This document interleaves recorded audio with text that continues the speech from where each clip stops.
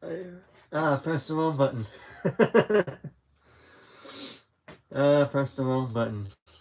Yeah, hold on 1 second. Let's see if I can fix that here. Oh, okay. Well, I guess I'm gonna have to just mute stuff with that profile picture being the preview screen. Anyway, hello, ladies and gentlemen. Forrest Open here, and welcome back to another live stream. Today is an interesting day, to say the least.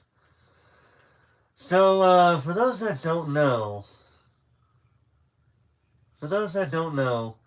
Trevor Conroy released his statement on the situation that we heard in February, but also we heard about it in February, but we also had some other things that he was discussing as well. I am trying my damnedest to get this goddamn shit open, but it doesn't want to open for some reason. But yeah. So yeah, about an hour ago. God damn it, this fucking thing. This thing does not want to work with me here.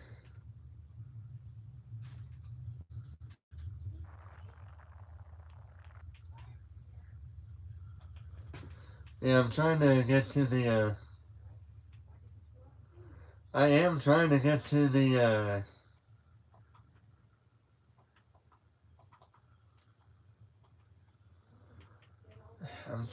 that link was working just fine an hour ago, and now all of a sudden it don't want to work. Yeah. But yeah, so I heard through the grapevine, aka from the man himself, that Trevor Conroy has released a statement. I'm trying to get the damn thing on my screen so I can read it, but it won't. But the link does not want to work with me for some reason, and I don't even know why. Uh, I don't know why it doesn't want to load up anymore. Because it literally was loading an hour ago, and now I don't want to load. Hold on.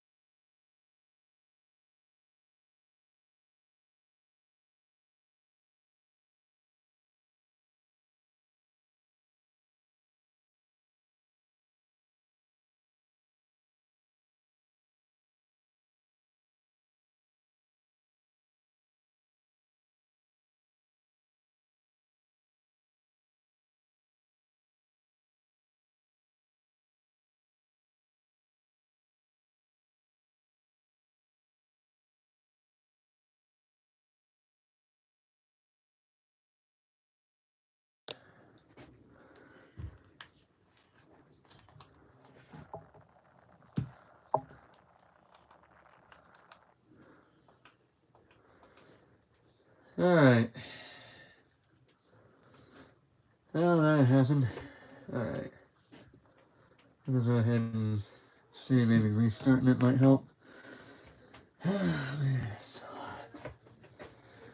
Oh man, I needed a drink. I'm telling you.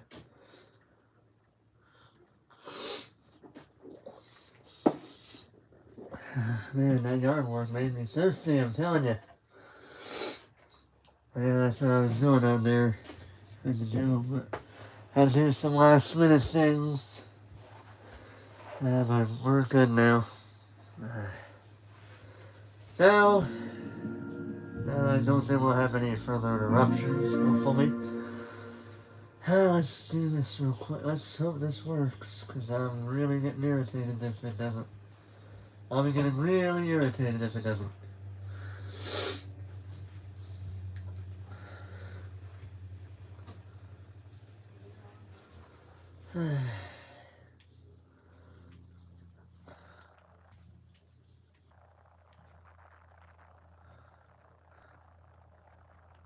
There we go. Now it works. Kind of surprised it did, but it works. Alright, so...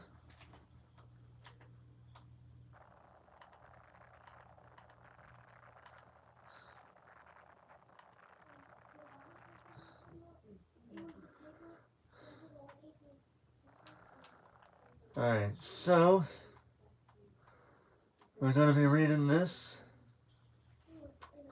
The moment everybody's been waiting for like half an hour for. Because, yeah, so... I will be posting a pinned comment. I'll be reading and putting in the comments when this actually starts. But, so at 28 minutes and 24 seconds, that's when it will start. So, as I was saying earlier,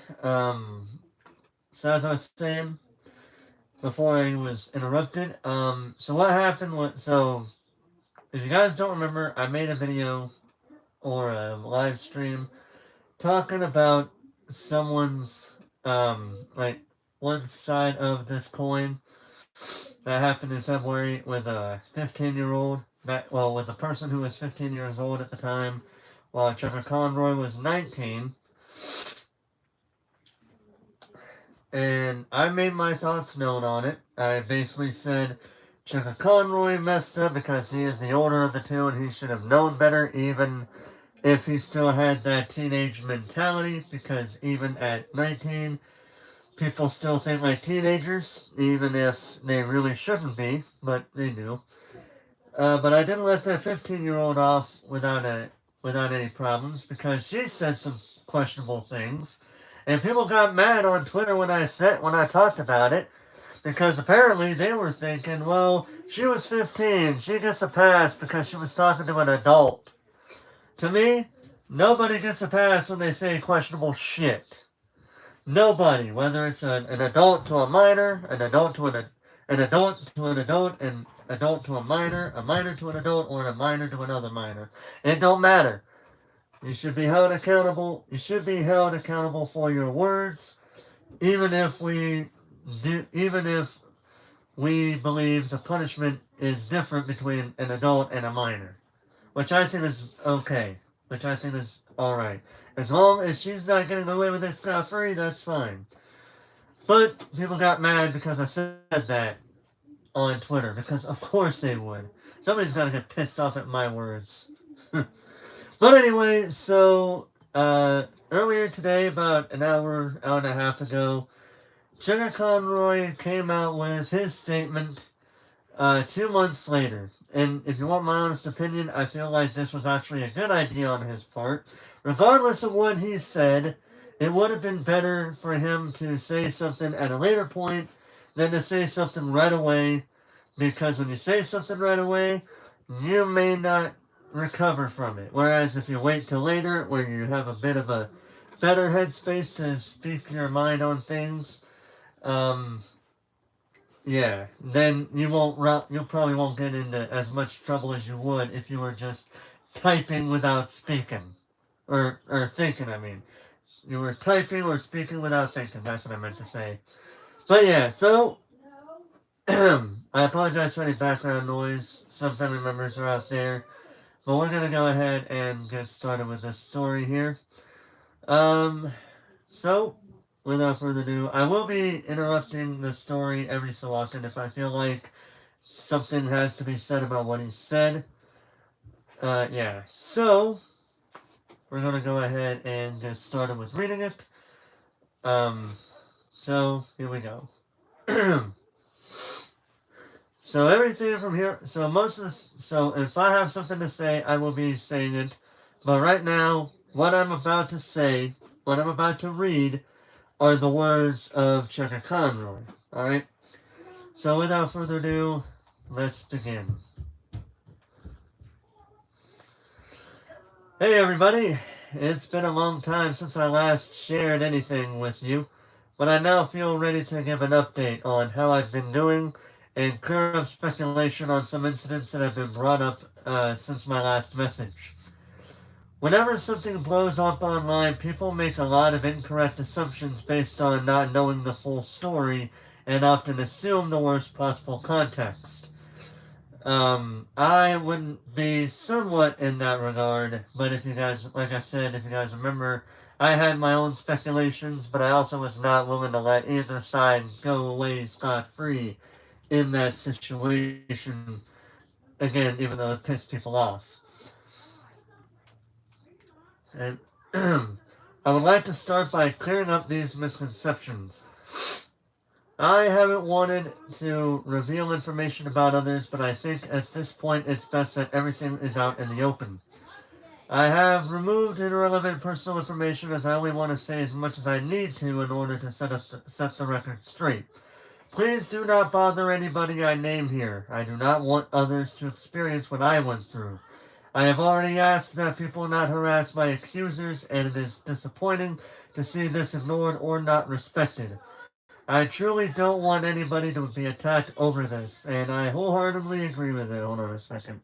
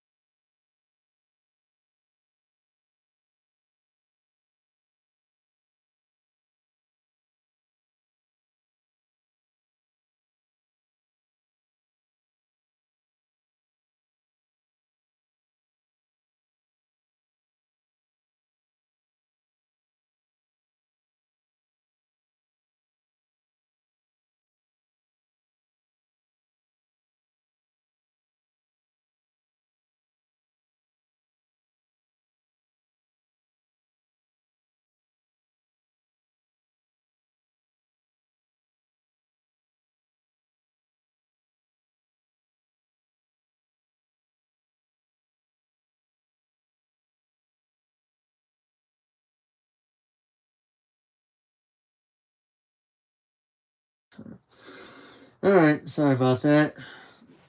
Family member was causing a ruckus out there. I had to step in and deal with it. But anyway, we're gonna get right into this right now. Alright. So what I just read a short time ago was Jenna Conroy's introduction. But now we're gonna get into the nitty gritty. Regarding Massey, if you don't know who that is Massey Anella. A person that he used to do videos with. I know this because I've seen a number of them. But yeah. So, Massey and I dated. This is Cheddar Conroy. I'm reading Cheddar Conroy's thing here. Massey and I dated for 10 years and we were engaged to be married. It fell apart about 3 years ago now. In every video you've ever seen us together in, I was her boyfriend and our friends all knew about it. You're probably wondering how this stayed a secret for so long. We both wanted our private lives to be hidden at the beginning. After the engagement, I wanted to share it, but Massey stayed firm that it remained private. She was never clear to me as to why, but I respected her wishes until it was necessary to clear this up. We loved each other, and I thought the world of her, but we had a difficult breakup. Losing her was the hardest thing I'd ever gone through, and I regret how emotional I got about it and the way I handled it. That is what happened between us. We would both like to never hear about one another again, and I sympathize with her getting bombarded about my situation after a breakup. The feelings she expressed feel both ways, and I don't wish to be associated with her going forward in any capacity either. Yeah, I remember reading that tweet of hers that she made in regard to that situation, and she said her piece, and he's saying his piece. Um, and I can respect it. If neither one wants to be associated with the other, it'd be best not to mention the other person at all. But people were asking her about it when honestly it had nothing. I don't know if it had anything to do with her, but I'm pretty sure it didn't because she didn't really seem like she said her 2 cents, but it didn't seem like it really concerned her compared to other people. But that was my take on it at the time. Maybe it'll change as time goes on, but that was my take when I first seen it. Back to Cheddar Conroy's statement. As for her video cameo after the breakup, I did that because I believed we were still friends and just taking a break from each other.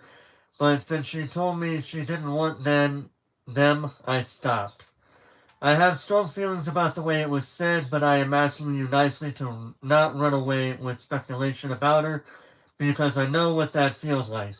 And if you felt bad for enjoying our old videos, don't. I still look back on them fondly and personally assure you that we were happy and having fun in them. The time for that is just over now. And, that can happen. That feeling, going back to my thoughts, can happen. Think about it. We've had, when you think about it, you've seen videos that had, Mark and PewDiePie and Jacksepticeye in them.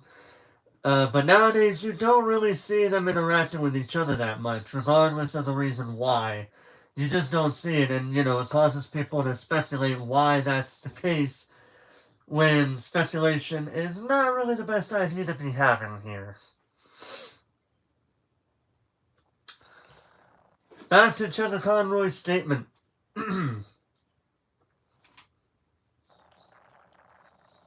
Alright. Regarding Lady Emily, I did hear about this one, but I don't exactly remember everything that she said. But I do remember hearing that she had her own story in regard to Cheddar Conroy, but I don't quite know what was said. In 2023, Emily contacted me through a friend who spelled out how our conversations made her feel. I was shocked by it, apologized to her and to some friends I had said/done similar things with. It was well received among the people I talked to, and I'd like to say here that I'm sorry to anyone who hasn't heard this from me. I'd hoped to tell you on my own terms. This was genuinely the first time this behavior was met so negatively to my face. At the time, I was told that this would not go public as long as I never did it again, which I have not done since. I took it to heart and sought professional help immediately. Oh, here we go. I'm muting real quick.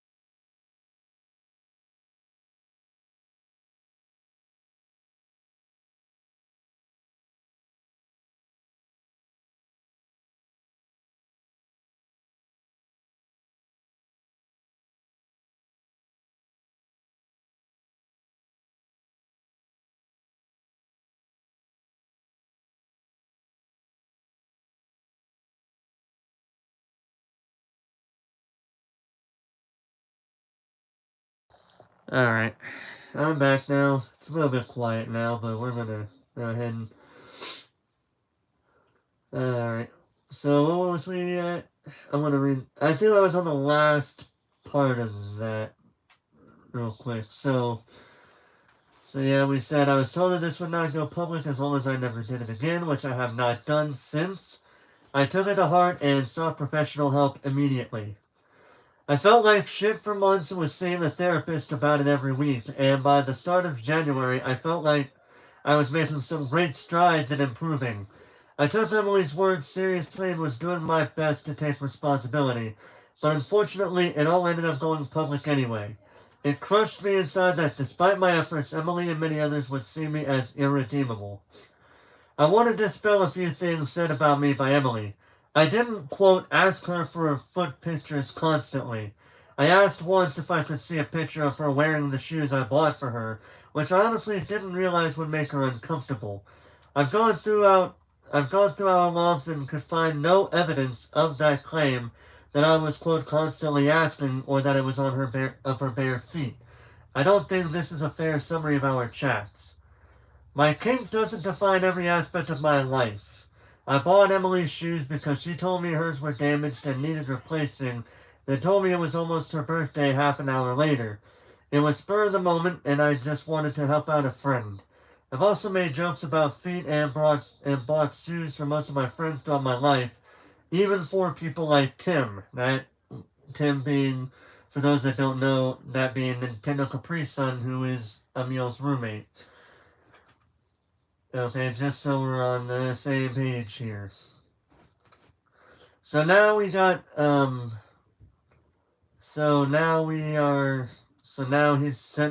he's got a picture here. I'm going to read him. This was taken on June 4th of 2023 from 9:44 to 9:47 p.m. at his time. Jenna Conroy. Nice sneakers! Great treasure. Lol, thank you. I need new ones, to be honest. My everyday pair is starting to see some damage, lol. Jenna Conroy. Seems sadly typical due to thin fabric. Great Cheshire. Yeah, the curse of liking shoes that aren't durable. Got them on sale though, so for $20, can't complain. Hope you've been doing well. Jenna Conroy. Hey, thank you. I just finished editing a video that was nuts to make. That almost sounded like he was trying to make a pun out of that, but that's just my take on what he said there. Anyway, the break here is just talking about my video, etc. This was from 10:17 p.m. to 10:32 on June 4, 2023, Chukka's time. Chukka Conroy. Do you got any goings on other than having holes in your shoes? Great treasure. Not much. Going back from Vancouver last week, visited Redacted, and stayed with them. That was a wonderful time. Besides that, it's just been settling back in, playing Zelda, and trying to figure out what my month is going to look like planning wise. Chukka Conroy. How wonderful that is. I hope you're having a fantastic Pride Month too. You deserve so much. Great treasure. Thank you. It's my birth month too, so hopefully it's a good one. Jenna Conroy. Oh shoot, when's your birthday? June 19th, great treasure. Jenna Conroy. Wow, another civil rights day. So next we have,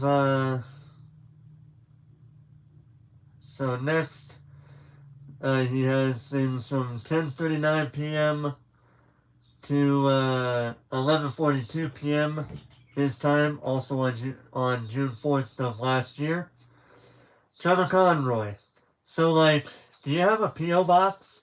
Great treasure. Not at the moment, no. Jenna Conroy. Oh, well, I was going to see if I could partake in birthday niceness. Great Cheshire. Oh, well, that's very kind of you. You can just have my address if you want. Redacted because obvious reasons. Jenna Conroy. Oh wow, I didn't expect that. So we're on address basis. Ha ha ha. Great Cheshire. Lol, well I trust you. You're a friend. Jenna Conroy. Thanks, I've thought of you as a fast friend too. Great Cheshire. I'm happy to hear that. Oh, have you been playing Zelda any? Um, let's see. Jenna Conroy. Of course, I have about 80 shrines. Great Cheshire. Oh, wow. Damn. I don't know how many I have. Well, I have enough for a full stamina bar and 11 hearts. Jenna Conroy. Yeah, see it on the loading screen. Great Cheshire.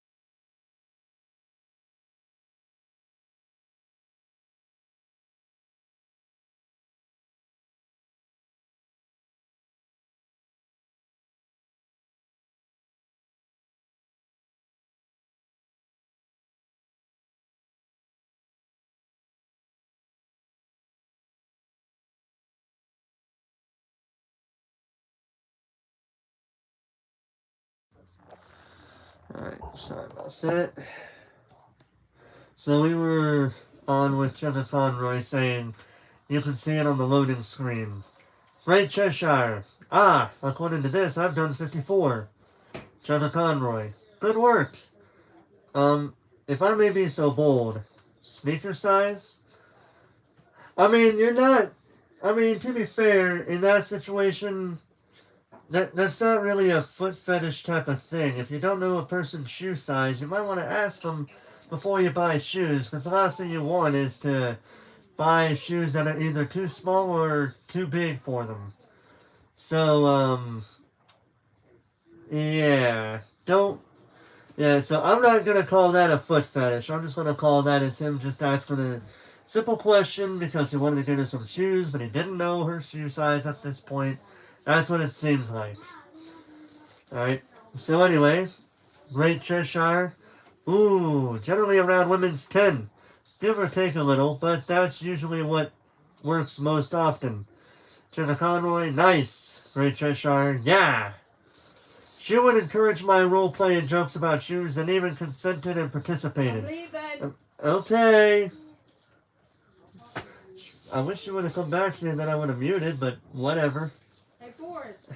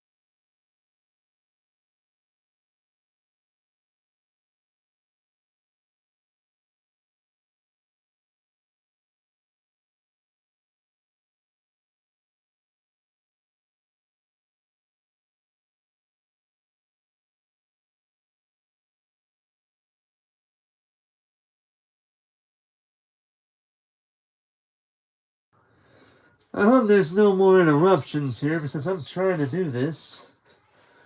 Alright. Going back to this, we're going to start at the beginning of it. So, anyway, after reading the messages that were provided in this document, let's go ahead and read this, what we got next. Anyway, she would encourage my roleplay and jokes about shoes and even consented and participated. I checked her multiple times to make sure it was really okay and trusted her with a sensitive part of myself so that she wouldn't feel misled or like I had ulterior motives. I think that's also why I didn't particularly try to hide this. I thought I was being done with consenting friends, and at worst, that it was a little embarrassing, and my kink was probably one reason I liked the subject. My partner read through what Emily posted and thought the tone was silly, not over the line of what's sexual or romantic for me. I trusted her opinion on that more than my own. I was also evaluated by medical professionals about my shoe talk. Their view was that it was a way to feel close to a friend and an escape in times of high stress and tragedy. It would resurface whenever things got particularly bad. I don't know about that part, man.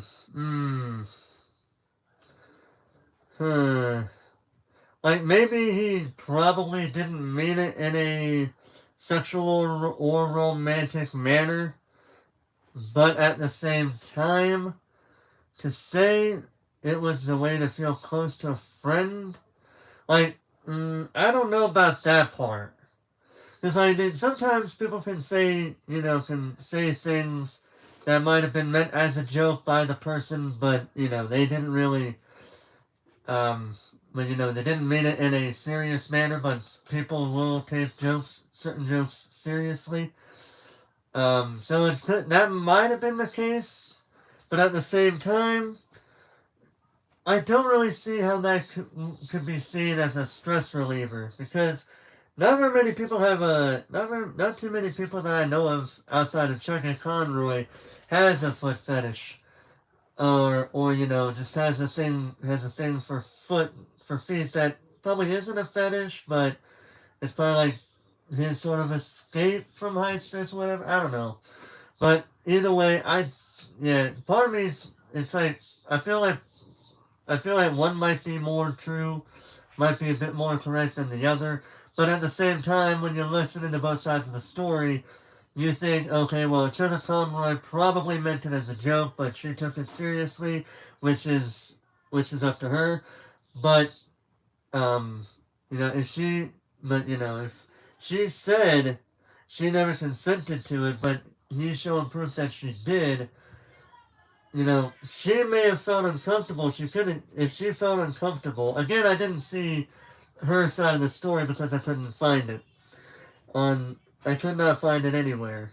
But I will say, if she did feel uncomfortable, but she said yes anyway, she shouldn't have said that, if that was the case. Because again, I didn't see it, and I'm just going by what I'm reading and what I heard and all that. But yeah, that's a bit of a mixed bag for me at that point. But he's got another few messages here. Let's see here. Chuck Conroy, 9/12/2023, 12:38 a.m. Chuck time. I'm saying Chuck time because I don't know what time zone he's in. YouTube doesn't give sick days. Hope you don't mind all the foot jokes. I guess I just latched onto that after you told me about it. I'm not sure if it's a sensitive subject for you or anything. And Great Cheshire said Great Cheshire, no, it's fine. I don't mind. Chuck Conroy, oh, okay. I thought about it more and I was like, ooh, I hope she doesn't have a negative association with that or something. Great Cheshire, nah, it's all good. Also, I hope your day has been good. Chuck Conroy then said at 12:20, says on 12:25. So we're going 13 minutes back. 13 minutes previously. Yeah, being forward with you because I'd rather not. Oh, wait. Oh, that was on 9/12, so this is 9/14, so this is 2 days later. Yeah, being forward with you, because I'd rather not keep anything from you and let you make the best decision for you. I am into that, but only with my significant other. I just also like talking about shoes with people because it's also an interest. I talked with my SO about this when we started dating, and she told me I can talk about shoes with other people because it isn't sexual with my friends. It's just something I enjoy talking about with my friends too. I know that might be a lot to share, and I'm sorry if it is, but I feel it's best just to be open with people and consider what I'd like to know if I was in their position. Great Cheshire. No, no, I'm glad to know. Good to have that openness and common understanding. Cheryl Conroy. Thank you. That's very kind of you to say, or kind of you to see it that way. I'm always about communication, even if it's about complicated stuff. Because why would you not tell your friends important things if you want to keep them in your life? A lot of people are not so kind about this sort of thing on the internet. Jonathan Conroy then said at 12:45 a.m. Haha, sorry to ping again. I just won't be up too much longer and want to finish talking. Alright. The next day, here's what an uncut talk between us looked like as it transitioned into roleplay. Now, for those of you that don't know what roleplay is, it's basically telling a story between any of the people involved in the scenario in the roleplay scene. If you don't roleplay, you don't roleplay. If you do, you do. It is up to the individual on whether they choose to do that or not. But for the most part, I've seen people that say no roleplay on this account. So obviously, I respect that decision. In any event, let's take a look at this series of texts. This is gonna be interesting. So this is at 9 on September 15th, 2023 at 10:31 p.m. This is when it starts. Great Cheshire. Ooh, PS2 was the console I remember first really getting into. I feel like I missed a lot of Wii games, to be honest. I didn't really get to actually have a Wii. I mean, I kinda had a Wii, but not really. Trevor Conroy. Surprising! I felt like everyone had one, usually alongside one of the other two. So, like, I feel for you, I really do. But, if you're still confident sick, what do you need shoes for?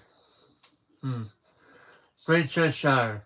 I mean, yeah, if you want them, go for it. Trevor Conroy at 9/15/2023, 10:35 p.m. Damn, that was easy. I mean, I'm to Great Cheshire. I mean, I'm sick. Far be it from me to put up a fight. Trevor Conroy. Is this a trick? Great Cheshire. Why would I trick you? Here are the shoes. They're normal shoes. Trevor Conroy. Ah! No! Great Cheshire. Here you go! Here, I'll even give you another pair too, and it's one of those stickers from Paper Mario Sticker Star. A name that Trevor Conroy has on record saying it is by far his most disliked game. He's the game that he hates the most. So yeah, he doesn't like Paper Mario Sticker Star, and I don't know very many people that have played Sticker Star, and if I have, I don't think they liked it very much either. Anyway, Trevor Conroy, you, Great Cheshire. You can use these later on for potential boss fights or enemy encounters. Trevor Conroy. Oh, fuck off. Great Cheshire. LMAO. Trevor Conroy. I see you just putting them back on like nothing happened after tormenting me. You weren't gonna give them up. Great Cheshire. I'm never gonna give them up. Trevor Conroy. You're asking for it. You're even showing me up at my own stick. I'm warning you. Great Cheshire. Do your worst. Trevor Conroy. Okay, fine.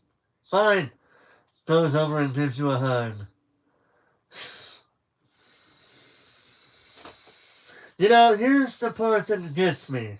Okay, now I understand how people are going to feel. So I'm going to say my 2 cents on this bit right now, and, you know, I'm going to understand something here. If she felt uncomfortable, now I know that it's very difficult to tell somebody if you're feeling uncomfortable for one reason or another. But if you are very much feeling uncomfortable with what you're doing, with what's going on in the situation, never be afraid, and I'm saying this to everybody right now, never be afraid to say to the person that you're talking to, listen, this has been fun and all, or you can say, listen, I know what you're trying to do here, but I'm feeling very uncomfortable doing this now.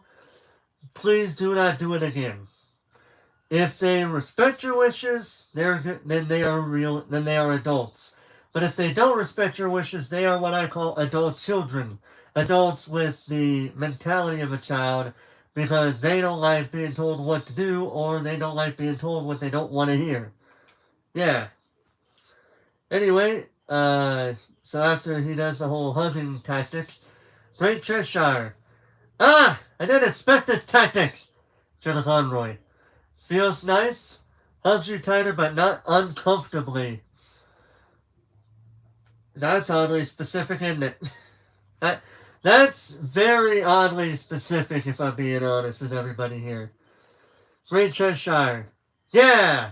But also, dang, you got me. Jenna Conroy. Yep, I got you. Hugs tighter, now a little uncomfortable.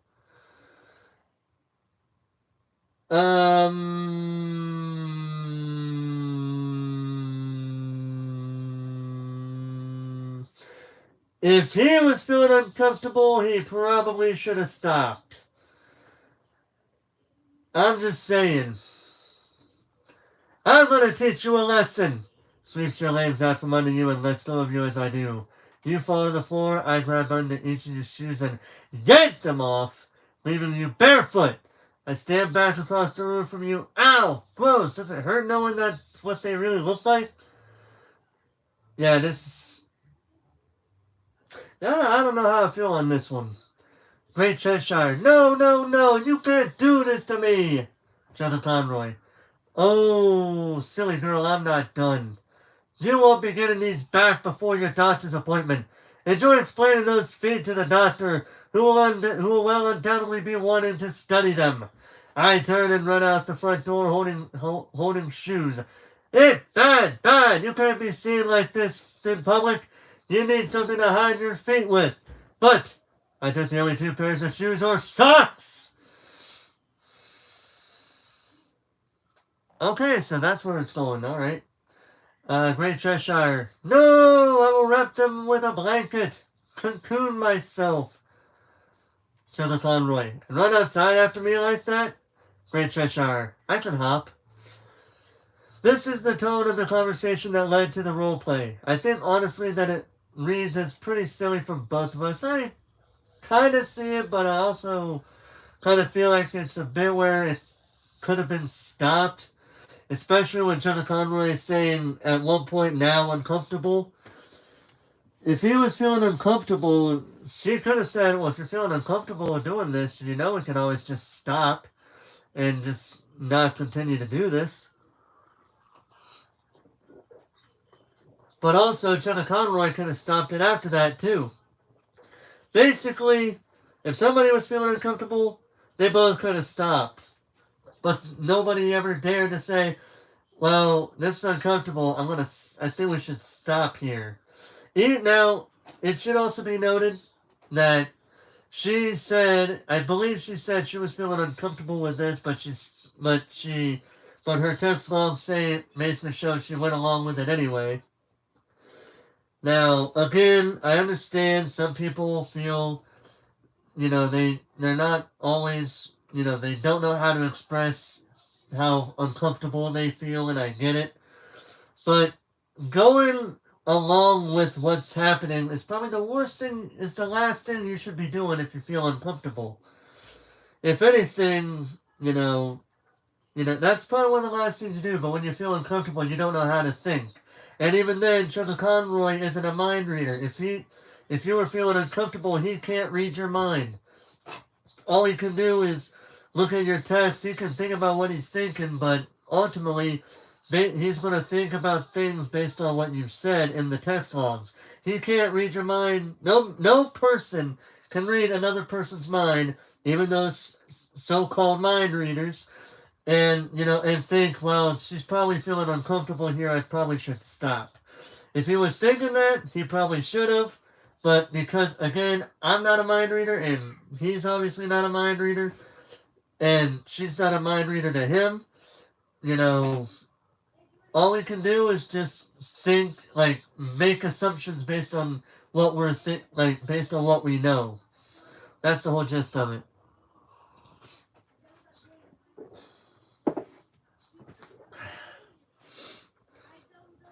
But anyway, I remember when this happened, I was just playing a video game and laughing to myself when she'd add to it, because it was all so out there and dumb. I cackled at her sticker star joke. And I said it was a sticker star joke, and if you know Trevor Conroy, like I said, you would know that he definitely does not like sticker star. Hates it with a bloody passion, this man. He really does. My girlfriend wanted to add that Emily's decision to include personal information about her was greatly upsetting to her. Emily needlessly published the territory my girlfriend lives in. This was not public knowledge and did nothing to prove any point. Which I think is correct. Trying to give personal information, like even remote whereabouts toward a person, does not help your story. It does not help your cause. It makes you look bad in that regard. Don't fucking do it if that was the case that happened. Again, I heard about what she said, but I couldn't find it.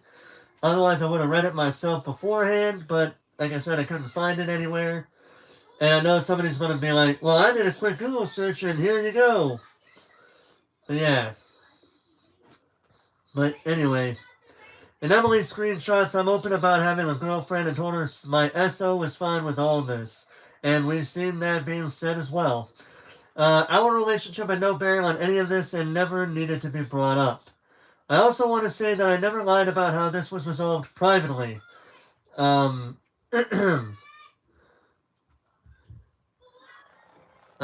on a second. My family members.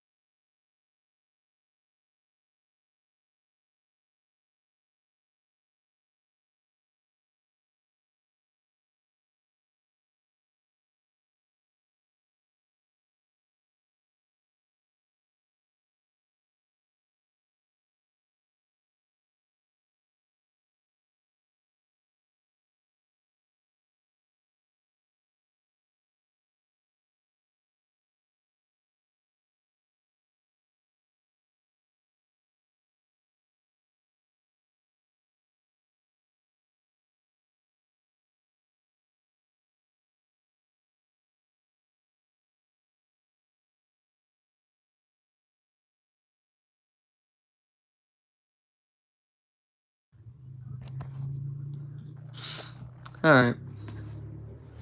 I have returned. So we're going to read back what I was reading before family members were interrupting me because I could hear a commotion out there. And don't worry, everything is okay now. in case anybody's going to ask me, is everything alright out there? Yeah, everything's fine out there. Just watching some young family members. Because their grandmother is somewhere else right at the moment. She is out. So I'm kind of having to watch them, but I'm listening for them. I'm also doing this at the same time because I really wanted to talk about this as well. But yeah, I'm keeping an ear out on them. So if you see me muting the stream, it's because they being a little bit rowdy. They being rowdy rugrats out there. Rowdy Roddy Piper rugrats. Anyway. Anyway. I also want to say, this Chucky Conroy I'm reading Chucky Conroy's post. I also want to say that I never lied about how this was resolved privately. In my original statement, I said, when you communicated this to me privately a few months ago, I apologized to you directly and promised I would never repeat this kind of behavior again with anyone else. I worded things that way to protect the friend who mediated, as involving others was something I wanted to avoid. I promised my friend I would never repeat this. We discussed it for hours. They told Emily how it went, and then I sent Emily this apology. Chucky Conroy, November 18th, 2023, 12:20 a.m. So this was about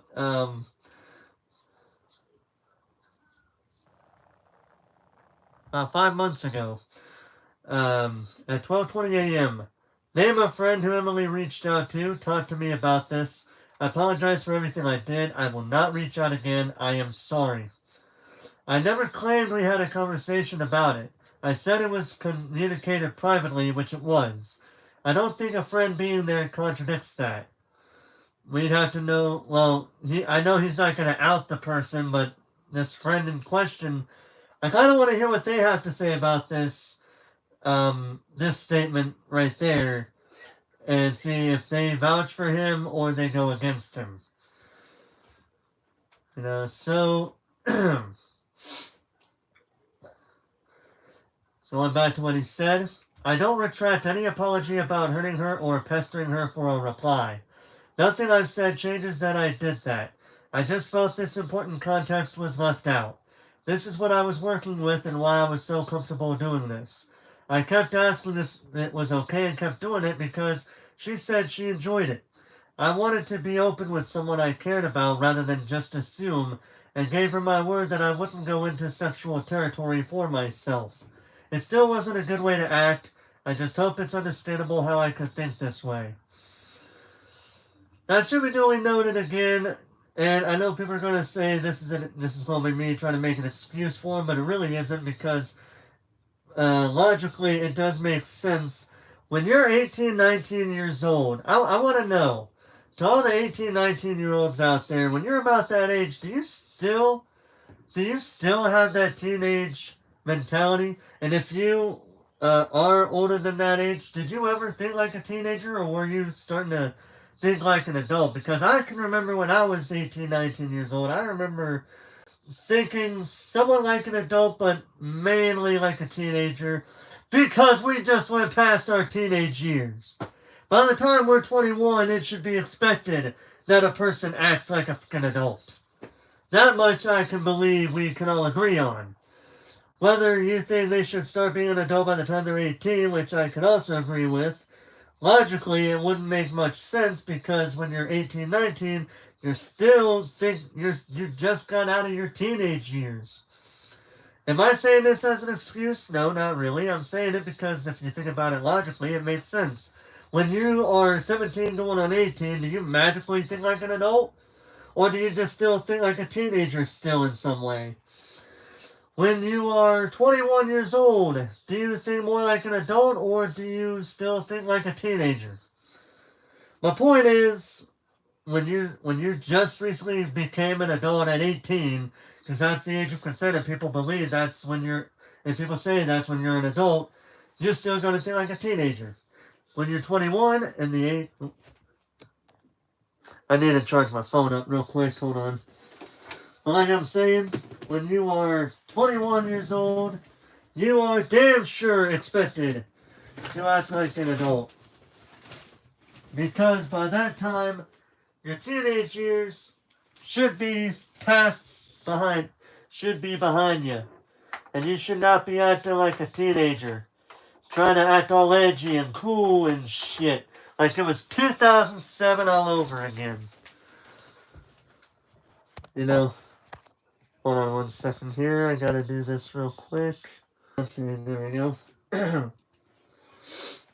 Yeah, that's that's what I feel about it in regard to that situation. But does it make it right? No, not really. No, not really. Again, when you're 19 years old, you should at least be starting to act like an adult and not a teenager anymore. Like, you're still going to have teenager tendencies, but you should now be starting to be in the process of becoming an adult and start thinking like an adult, start acting like an adult, and don't say or do stupid, questionable things that would get your ass in trouble. Alright? That's how I see it. Back to Trevor Conroy's statement. How far are we? We're almost halfway there. Due to an autism spectrum disability, I struggle with understanding social cues or people's limits. I don't hide behind this as a shield from criticism. I've learned to live with it. I learned I couldn't always trust myself to say the right thing or not take things too far due to my inability to see social situations the same way as other people. I wonder if anybody with autism and any kind of autism spectrum disability that Chuck Conroy says he has, I wonder if anybody with that can vouch for him on that regard.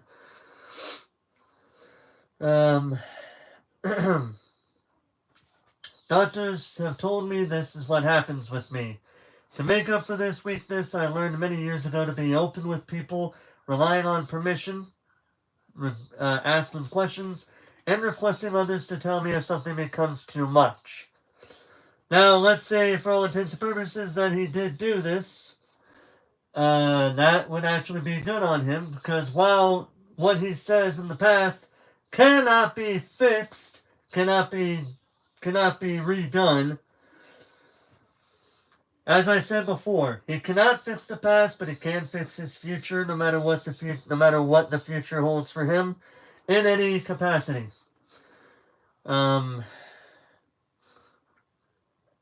That's what I said before, and I still believe it. Every single person here, no matter how many mistakes a person has made, they cannot fix their past, but they can, if they are given the opportunity, they can fix their future.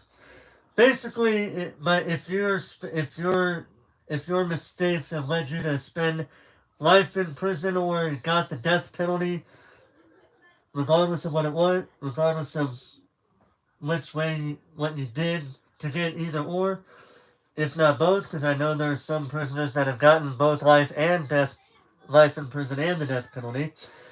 In that case, yeah, you're just stuck with having to deal with your past, because you're likely never gonna be able to you're not gonna be able to fix your future with that, because you're spending the rest of your life in prison in those two situations.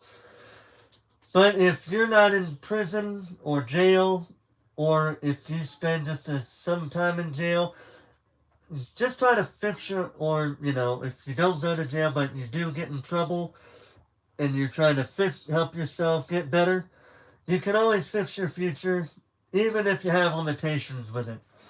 That is the true statement right there. No matter what people say, if they think I'm trying to defend Sugar Conroy, which in this case, again, I am not. I'm just stating what I believe to be the case. But yeah.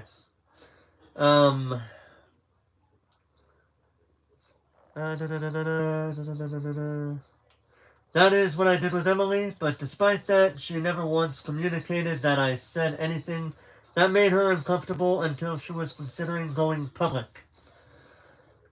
Page 20 of 49. I was confused when she started ignoring my messages. I don't do well with being ignored. It just makes me worry a lot about the other person, because I do best with open communication. I am sort of the same way in that regard. Just like in that general sense, I am like that. But I try to let people know, I don't want to try to make them feel uncomfortable with my constant messaging them. And, I try not to do that too much with people, especially nowadays because I'm working to better myself as well. Because, I got my own things going on. Hold on a second. Hold on a second.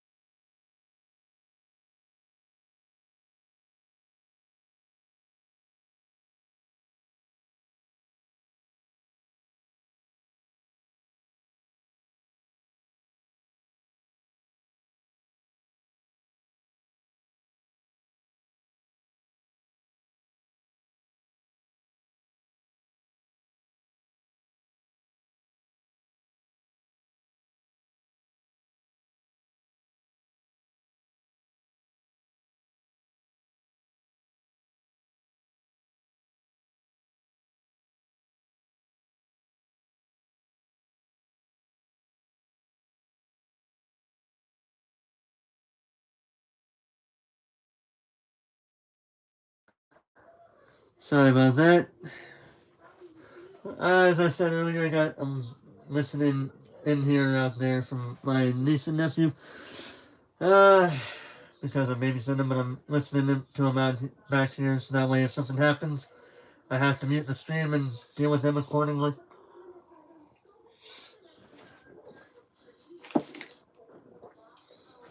Anyway.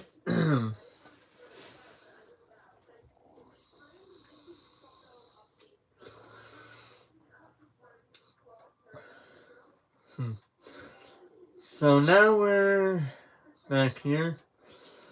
I was confused when she started now reading back what Chugga said. I was confused when she started ignoring my messages. I don't do well with being ignored. It just makes me worry a lot about the other person because I do best with open communication. When I have nothing to work with, I can't really understand what someone is thinking, and in this case, I thought she liked how it was going. It usually leads me to just wishing each day will be the day I get to tell her they're okay. Or get to hear they're okay. I've learned now that repeated messages like this can be stressful to others. Yeah, it can happen. I did everything she wanted me to do once she told me she didn't like it and took it into my own hands to get mental help and learn more about my issues. It's perfectly fine to revoke consent or decide it's getting to be too much, but this wasn't told to me. I was told the opposite of that. This isn't a case of I only listened when I got caught. I did listen. It should be noted here that, again, if you look at the text logs that he provided, she doesn't say she wanted to stop. Again, he is not a mind reader, so he cannot really tell if she is interested or not unless he paid very close attention to her words. Sometimes you pay attention, sometimes you don't. The fact of the matter is, even if he was a mind reader and felt like, she probably wasn't okay with it, let's say, for all intents and purposes, let's say he did notice and he knew she wasn't okay with it, but he still did it anyway, that would be on him. However, if she was not feeling comfortable with it, but she chose to say this is okay over saying this is uncomfortable, this is making me feel uncomfortable, that is in part way on her, but also on him, because again, you should always both parties should always pay attention to the signs of what a message is saying, even if it's not directly clear to you at first. If you look at it at a little point and realize, oh, this is what they meant, and you realize, oh, they really meant that they were not okay with this, then an apology would be appropriate in that situation. And whether the parties talk to each other again after that or not is up to them. But that's how I see that. So with that being said, I would have to look at her post before I make a judgment call if I can find it. But otherwise, I don't really, because people were saying I was caught, but I'm still was like, people are saying that he's not taking responsibility for what he said. As far as that first bit goes, he does seem nowadays to understand what he did was wrong, even if it took him some time to finally figure that shit out. It does seem like he's knowing that he did things wrong, and it may seem like he's owning up to it. But still, yeah, I would have to hear what she has to say and what proof she had on her side before I make a judgment call on this one. So this next one was the one that I read on the stream that I talked about on the stream, because it was the only one that I heard of. Yeah, and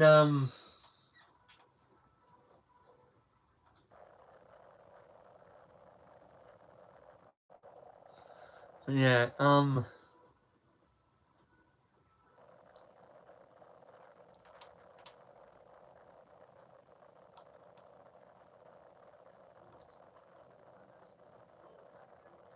yeah. So So, yeah, we're gonna go into this one because I do remember reading her side of the story, and now we're gonna be reading Chugga Conroy's side of the story. Regarding Lolly, there was a chat log shared from back in 2010 when I was 19. About this, I'm not a pedophile and I'm not a groomer. I was an idiot teenager who made dirty jokes. I had no intention of doing anything to this person, quite the opposite, in fact. This post is taking two separate things over a decade apart and showing them together. When I was a teenager, I said lots of dumb things I shouldn't have. Dude, even as teenagers, we all have said dumb, stupid shit that we shouldn't have said looking back.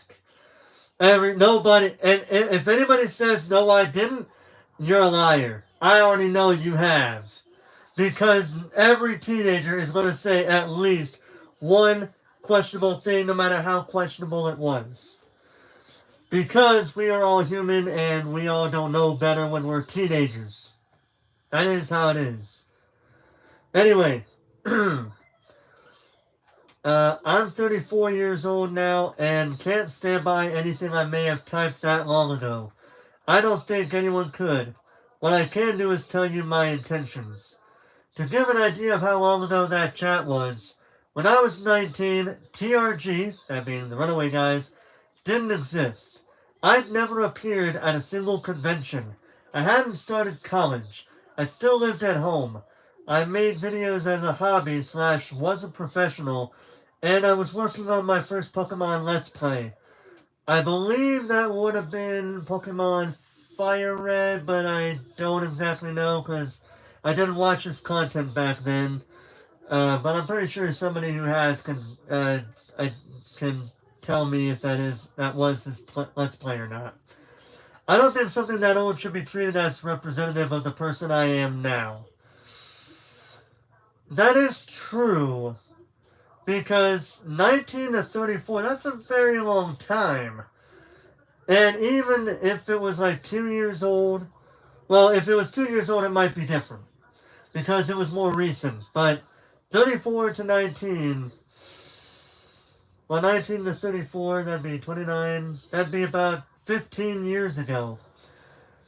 So, like 15, 16 years ago, depending on how old he is, how old he's going to be turning this year, if he already didn't have a birthday pass this year. So he could be 34 or 35, so we'll say 15, 16 years ago.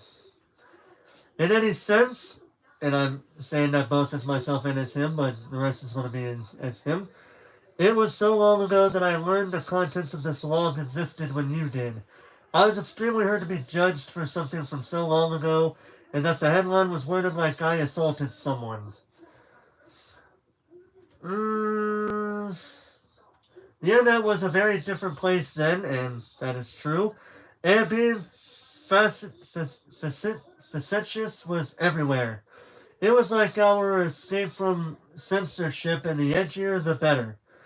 And I have said that before. Every time when somebody tries to sound edgy, when a kid tries to name call or tries to say some edgy shit, or try to be an attention seeker, like how you would expect them to be, like it was in 2007, I would say simply, this is not 2007 anymore. Get that shit out of your head.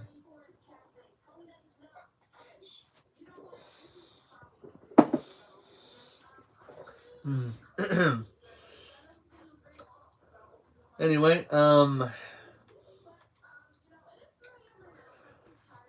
let's see here. I didn't mean when I was that young. I didn't mean when I was that young, too. You need to look no further than my terrible old videos for the tasteless things I thought were hilarious at that age, or how my sense of humor has changed. And that is an interesting point that he brings up. Because, I mean, when you look at his videos from back then and you look at his videos now, you might see some differences in comedy and comedic jokes that he makes, maybe. Or how internet culture as a whole changed, and that is true as well. It might be hard to imagine, but back then, people commonly threw around vulgar language and joked about horrible things like it was nothing. Yep. Some people were concerned about one part where I said, "I'm going to rape you," and then said something about a video with a cat. This wasn't a serious conversation. It was a popular meme at the time, and I'm sure was quoting this video. In case you guys are wondering, there is a video with this guy, and I've seen the video myself, because I knew it was a meme. I heard the whole "I'm going to rape you" joke was a meme back then, but I didn't know where it started, and then I see a video of a guy just titled, "Randomly yelling things at my cats." And at one point in the video, the man does say, "Don't you fucking run away from me! You are a fucking piece of shit! I'm going to rape you!" Yeah, that's exactly what he says, and he even has a video to show that that's the truth.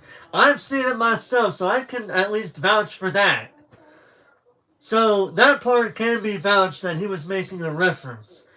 Even if, now, some people could say, no he wasn't, he was just using that as a cover-up. Maybe, but if you didn't know internet comedy back then, I can understand why, but at the same time, he still shouldn't have said it, because even if he was trying to make a reference toward a video, just saying it in general, even if he was making a reference, kind of not the right thing to say. But anyway, I remember all of my friends quoting it on a daily basis back then. It was like the biggest thing ever. As for the pedo crush line, I don't even remember saying it was 14 years ago. Probably a joke that was topical. Pedo Bear was Pedo Bear. I remember Pedo Bear. I even remember there was a video game based on Pedo Bear where you basically were trying to kill the Pedo Bear. And I mean it. Like, there was like this one bit where you had all these sorts of different traps and mechanisms and things being done. And, some of them had it to where, you had like razor saw blades, you had these things that move in a circular motion that basically takes the skin off a pedo bear and shows his exposed meat in a cartoony fashion, not in any way realistically graphic violence type of deal. Yeah, I remember that. So I know a pedo bear. And I remember there was another video where PewDiePie, along with that video that I was talking about where he made a reference with that meme, he also did a game where he was playing a game, and at one point his character got stuck in a cutscene motion, so he couldn't move the character, but the character was moving around all over the place. And at one point you hear this voice that sounds like Brad Dourif as Chucky saying, "Hi, kids." And then you see Pedo Bear just coming right toward him, and he starts running away. But yes, yeah. But anyway, so I can vouch for him on that too. Pedo Bear was an enormous meme at the time, and jokes dumped in on pedophilia were just what internet humor was then. Loli equals pedo was a common joke, still is to this day, and given her username, an easy one. I definitely learned a long time ago that these sorts of jokes aren't cool and could be hurtful to victims, and yes, they can be. Society moved on from this time many years ago, as I have too. You can see the difference between then and now by just looking at anything I type. Most of the rest of the chat is just boring talk about video games we like. Even given the time, if you still felt like that chat was getting out of hand, I agree with you. In fact, I agreed with that when I was 19. Always said she doesn't know why our chats ended abruptly. I can tell you exactly why. It was because I disliked the direction of these chats and how young she was, and I've told her this numerous times. So if he told her this, and she was hiding the fact that he said this, that looks bad on her now. If she said she doesn't know why our chats ended abruptly and He says, I can tell you why. He knows because he doesn't like the direction of these checks.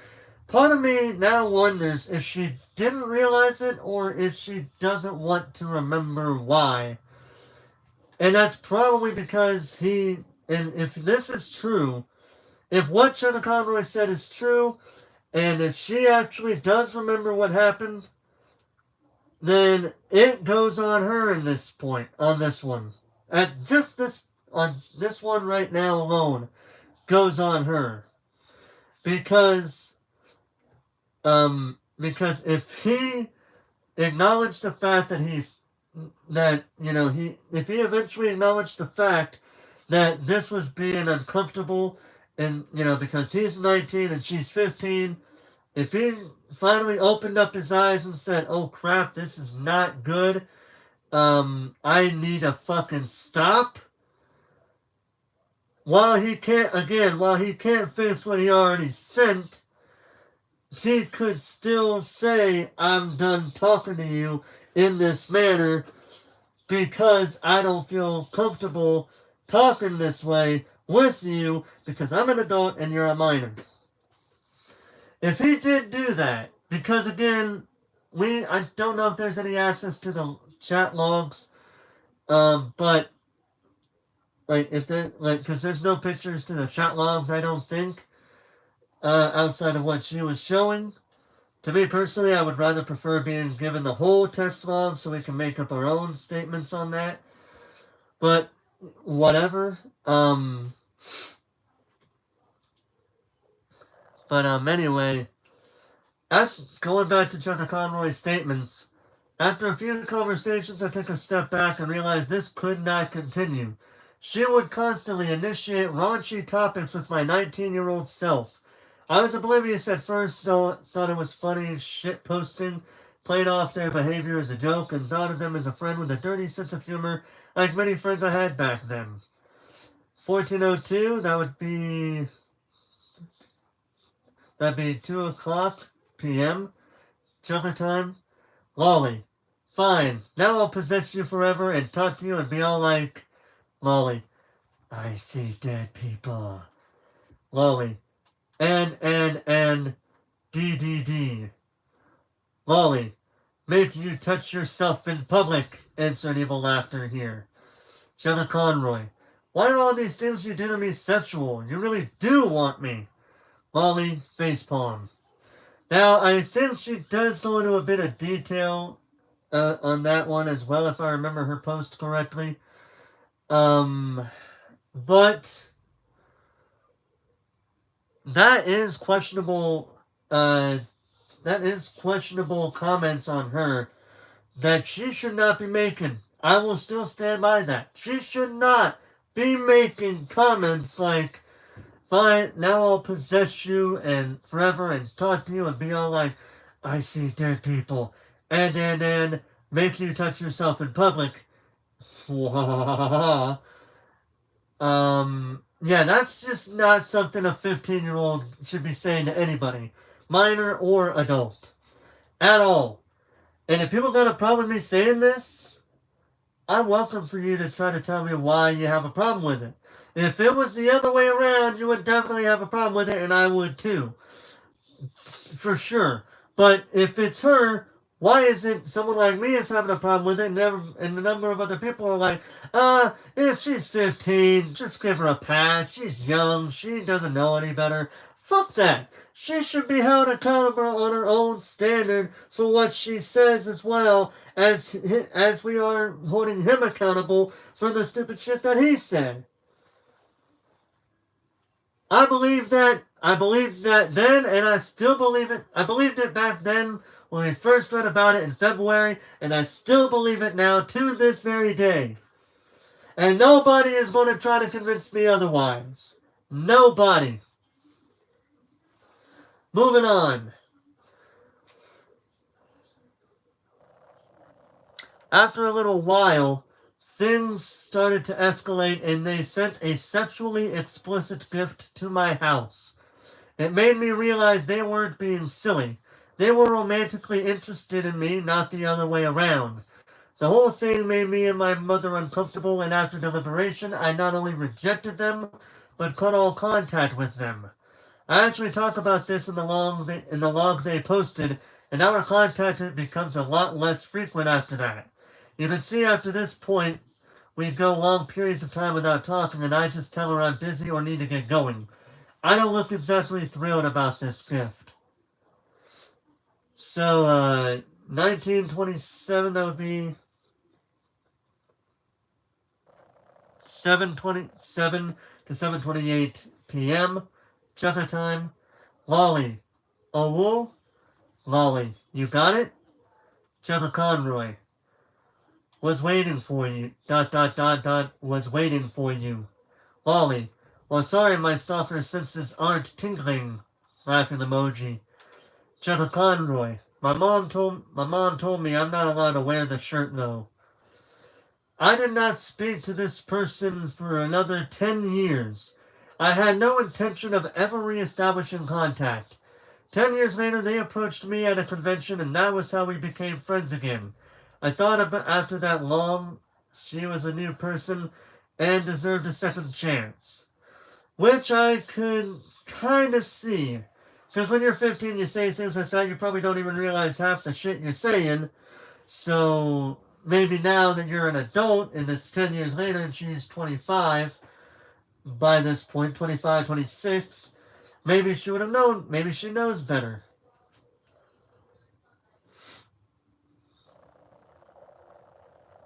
But anyway, I actually do not recall her ever, I honestly do not recall if she ever posted this on her on her story.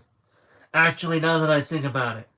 So this could be a bit of a difference maker. Let's find out. If you need more than just my word that it was joking around and I was the one who stopped it, here's proof. This is me telling this story to them in 2021 and their reaction to it. The ages are slightly off due to fuzzy memory, but this was the event that caused me to cut contact.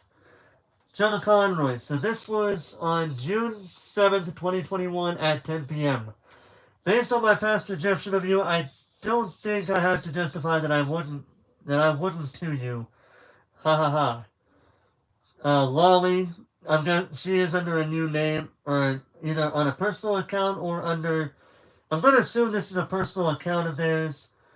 But yeah, if this is Lolly, because I'm pretty sure she probably has said, hello, hey, do you remember me? This is Lolly from so-and-so, and they probably talked. So I could kind of see how this could be her. Like, if this is her, like, he probably could have said something that showed that it was her before he showed the conversation to show proof that it's not just some random person. But then again, they do talk about it a bit more in detail. But anyway, okay, Lolly, you rejected me? Chucker Conroy. Okay, I was going to save this story for when we were in a call, but I guess this is on topic. Plus, it's been weeks. Lolly. Oh God, what did I do? Chucker Conroy. So that shirt you sent me. My mom found that soon after I got it and asked me why the heck I had something like that. I told her my friend Redacted sent it to me. She immediately goes, this girl has a crush on you, no doubt about it. I go, oh, well, she's 14. I was 18 at the time. My mom told me I can't associate with that and that it was dangerous, so I'd better keep my distance. And his mother is absolutely correct.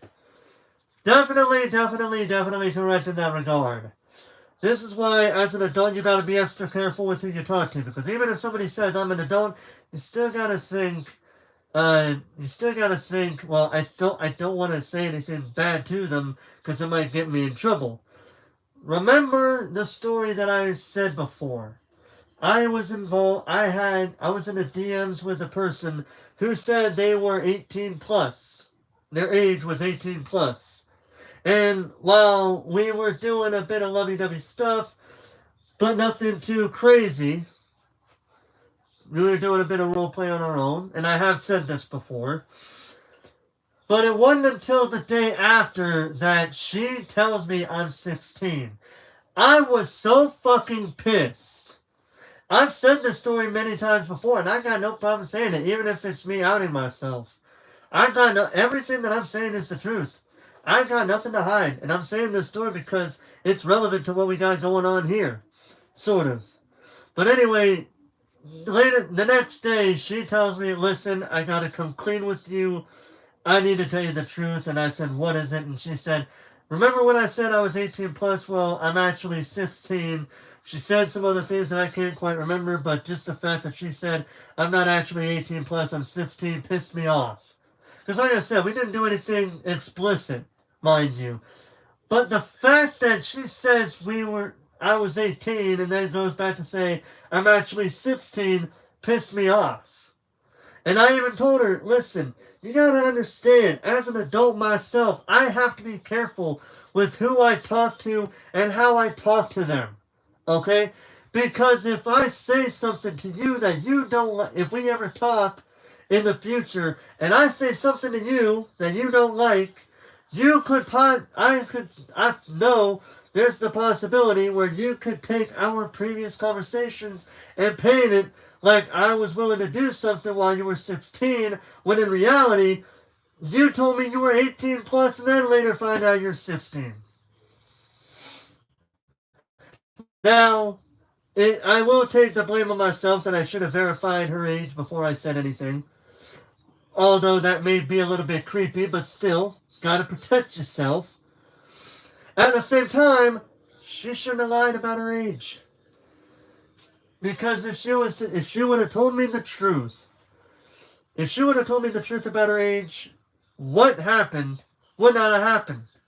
I would have still treated her with respect because at least she was being honest with me, but I wouldn't go to the level, I wouldn't do the role play that we did, which again wasn't really that exceptionally explicit. It was just a bit of lovey-dovey stuff, but that's about it.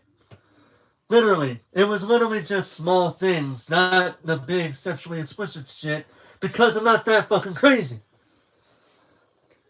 I may be stupid, but I'm not crazy enough to do that shit with people that I barely know in the first place. But with that said, yeah. She did, yeah, but his mother is absolutely correct in that regard. Very much correct. But anyway, continue on with what Cheto was saying after what his mom told him. As much as I liked spending time with you, I chose to slowly fade out and hope you'd find someone else. That was why I fell out of your life for a few years. Lolly. Oh, this makes sense. I was gonna say I would never have told you I had a crush on you. Ha ha ha. I was big chicken, Jenna Conroy. I knew. At least I was pretty sure of it. Once my mom said that, I sort of analyzed a lot of things you said and done. It made a lot more sense after that. Lolly, did you think I was a cop or something? Haha. Jenna Conroy. I mean, I was pretty sure you were you, but I didn't want to abuse or hurt you with an unfair relationship.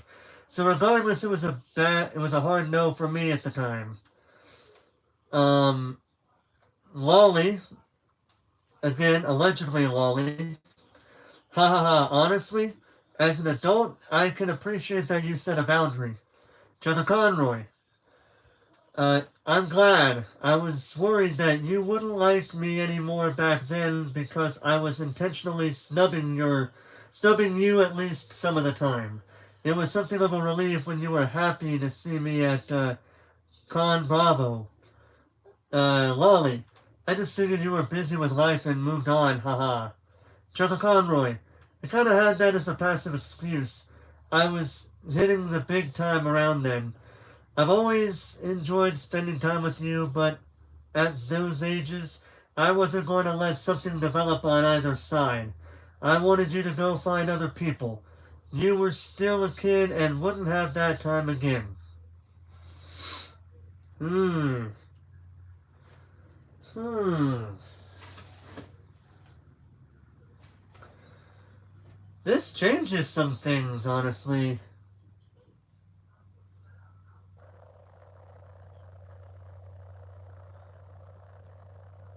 Hmm. See, if he talked to her directly and she still comes out with this 2 years later,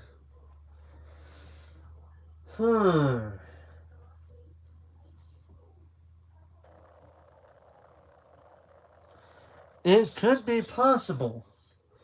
She knows she messed up, but she was trying to paint him in more of a negative light because he was an adult at the time. Hmm. Hmm. Hmm. This is an interesting development. I really don't know what to say here because this is an interesting development because I don't recall her ever saying the two of them interacted with each other a couple of years ago, and even if she did, I don't think she ever went into exact as much as detail as showing pictures of this. This changes things a little bit. It really does, because if he ultimately chose to not talk to her again after a certain incident, and he was taking what she's saying as a joke, and then later on realized this ain't a joke, this is real life, I need to get away from this person, that changes a lot. Because if he had the correct judgment to stop himself, even if he should have stopped himself sooner, even if he should have stopped it a hell of a lot sooner, that changes things. Maybe. I'm curious to see what other people got to say about that. Anyway, another side of this is that I confided in them as a teen about the girl I liked at the time. It's not them. Referring to Lolly when he says them.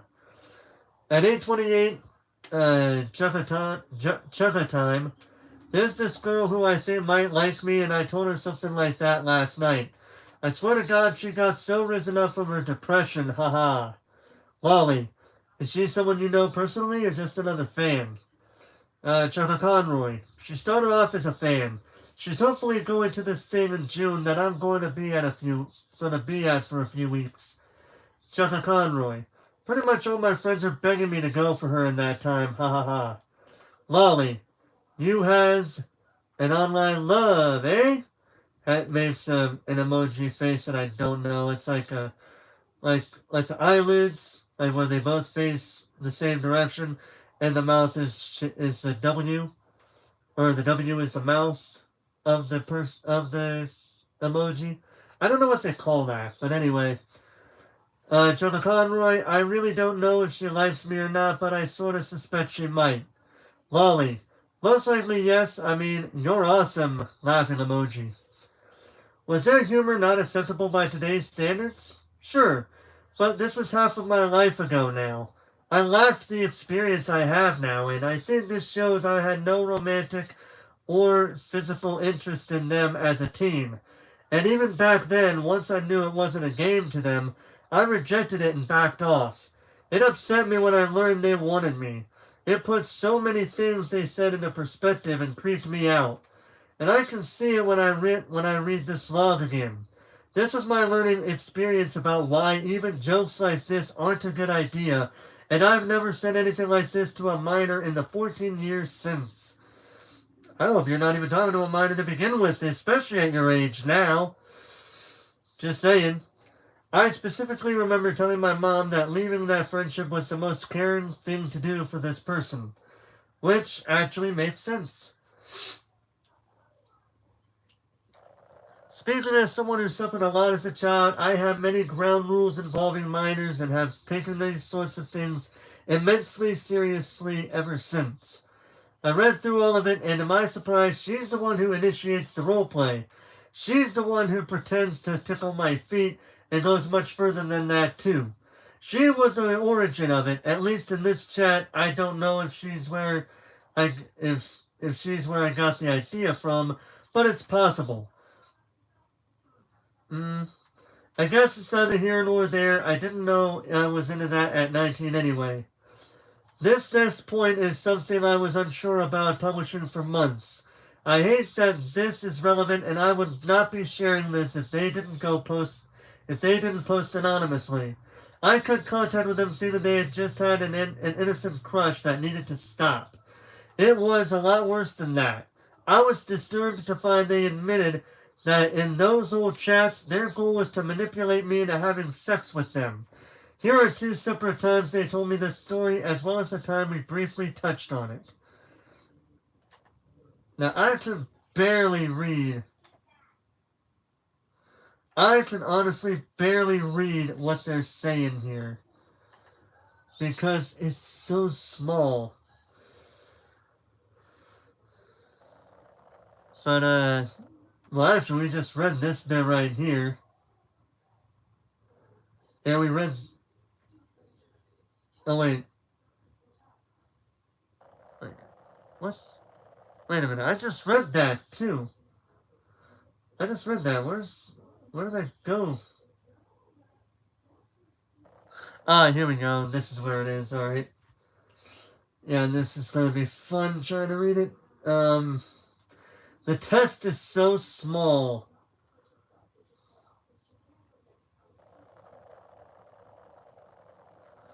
Yeah, it's just so small, I can barely read it.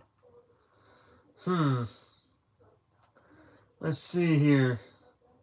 So, chat with Lolly. They say, no clue. Person told me younger was better. So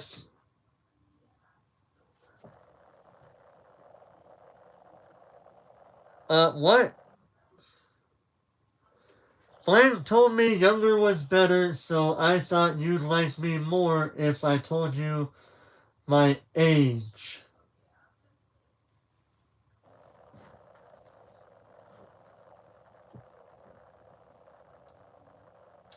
Probably would have liked it better if you said you were 18 and not 15.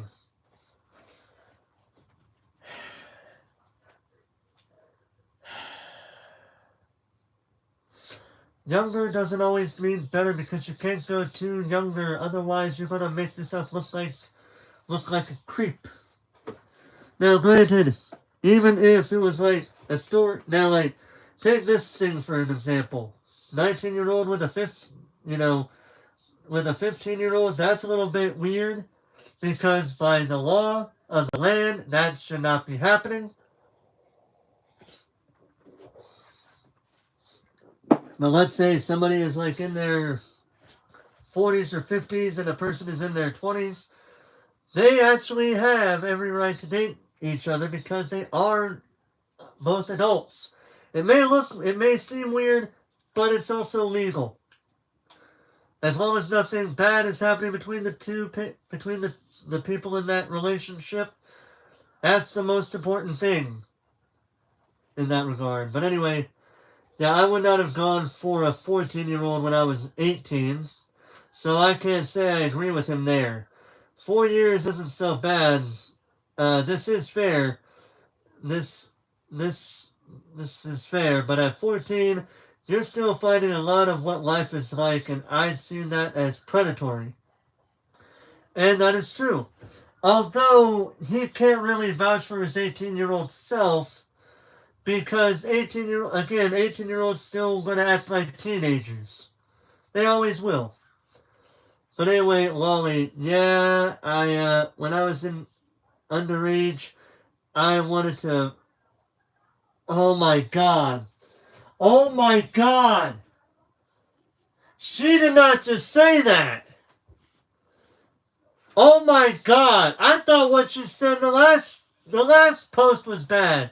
Where she said if I could rape, I would. I thought that was bad. What I just read is even worse. Maybe right up that alley, man. Oh my god. This is literally what she says right here. Look, I'll even show it to you. This is what she said. Look at that. When I was underage, I wanted to fuck an older guy so badly. It just so happened all the predators around me were inept as fuck, and I just trolled them for being thirsty. LMAO. You cannot make that shit up. I just showed you what was in that text log to show you that that is what she said. Because I knew people were going to be like, well, show us the picture.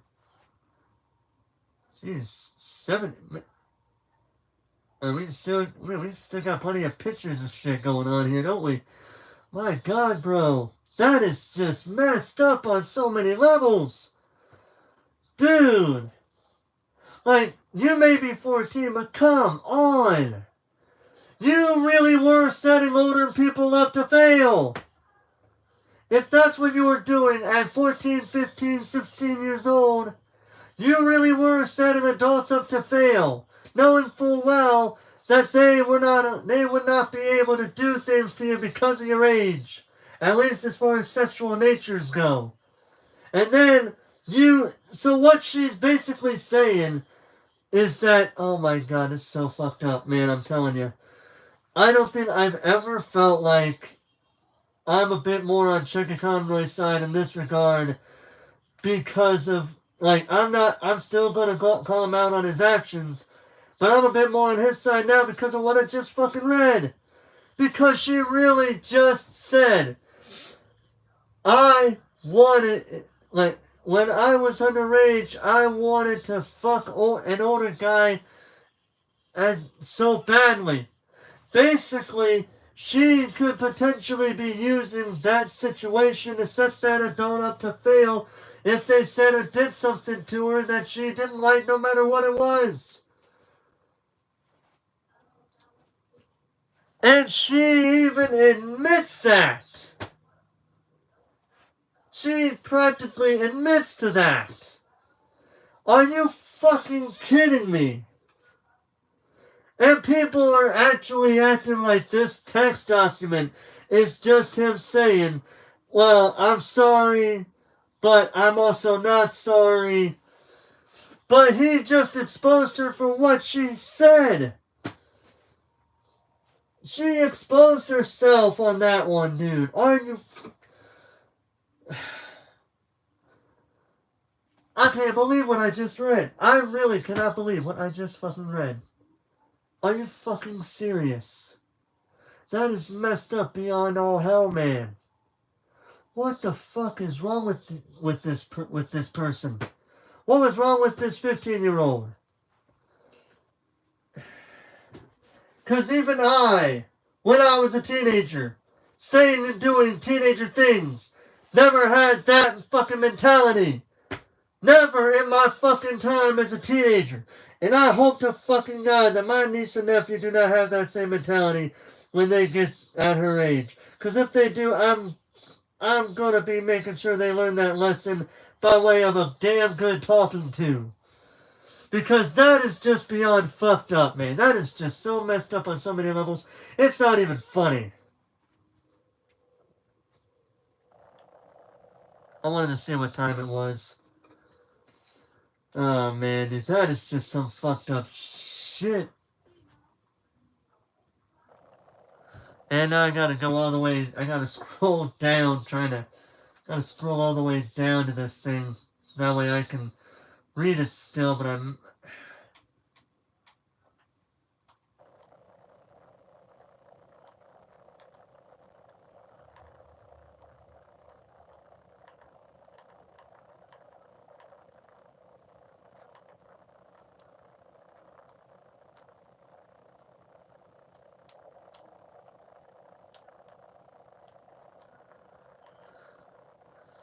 I cannot believe she actually openly said that.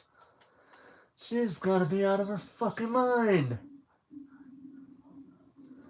I really can't believe she just said that.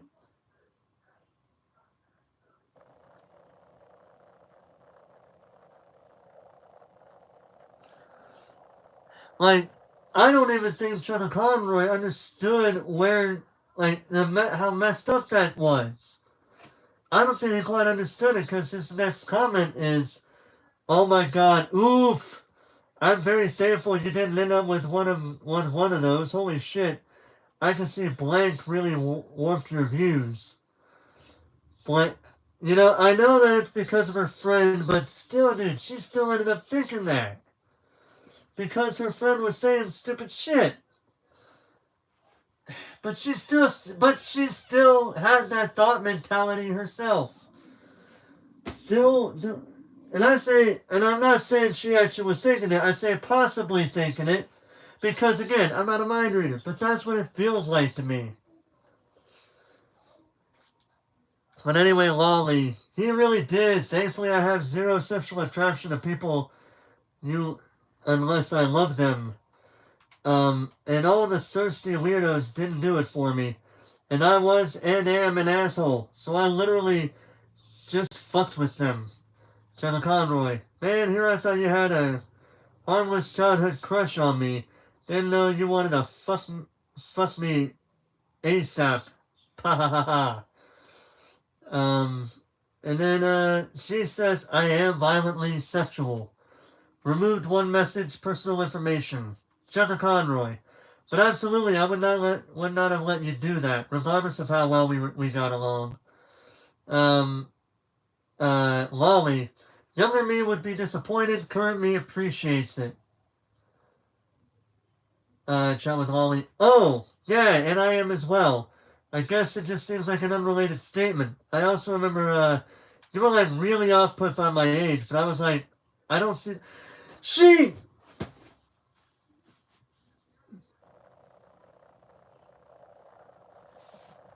just. Oh my fucking God. She remembers he was really off put by her age. And yet she still paints him as a pedophile in February.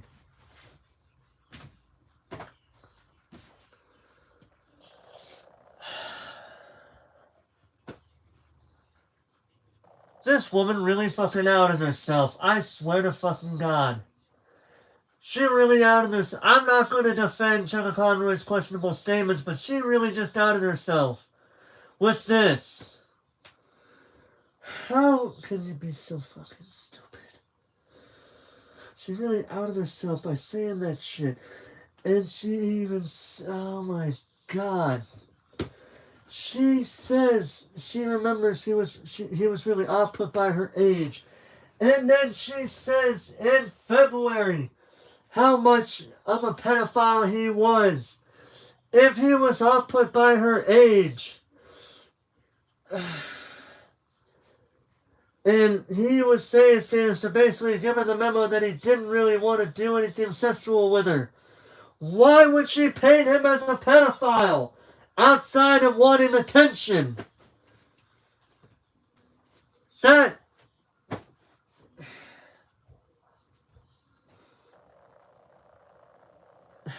She's a dumbass in this one.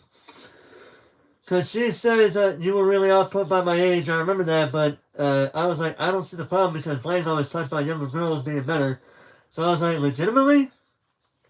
Jenna Conroy. You told me that story, it's kind of messed up. My God, it's going to... Oh, wait, that's why. Because, dude, no wonder why that's getting bigger and bigger because I'm showing that thing up. But anyway... you told me that story, it's kind of messed up, Jenna Conroy said. Lolly, it is honestly a miracle no one took advantage. F me as a kid. Jenna Conroy, I'll say it is. You're very fortunate in that way, and yeah, she is. Because some adults out there can take that shit seriously, and, you know, they could try to blame it on her, but in this situation, if she was... Yeah, honestly... I just can't believe that. I just can't believe that. She knows how off-put he was, and she still painted him as a pedophile in February. She really did. But anyway, like I wanted an older dude really badly when I was a kid too. Like, I literally had a goal to have underage sex, and was desperate and depressed when I turned 16. Ha ha ha. She is... That is not a joke. Teenage depression is definitely not a joke. Do you know how many fucking kids that are in teenage years, regardless of the combination of all the age groups, Do you know how many teenagers per year to, feel the depression and the suicidal thoughts and tendencies and ultimately try to off themselves regardless if they do or don't? That is not a joke. Man, I am so happy you never got hurt back then. So happy. RNG, right? Lolly. That was Lolly. Jenna Conroy, you are the luckiest person alive. I think the whole picture here changes everything about their side of those logs. It really does, actually. To me, it does. People blindly following her still gonna say no, the fuck it doesn't. Well, to most degrees it does.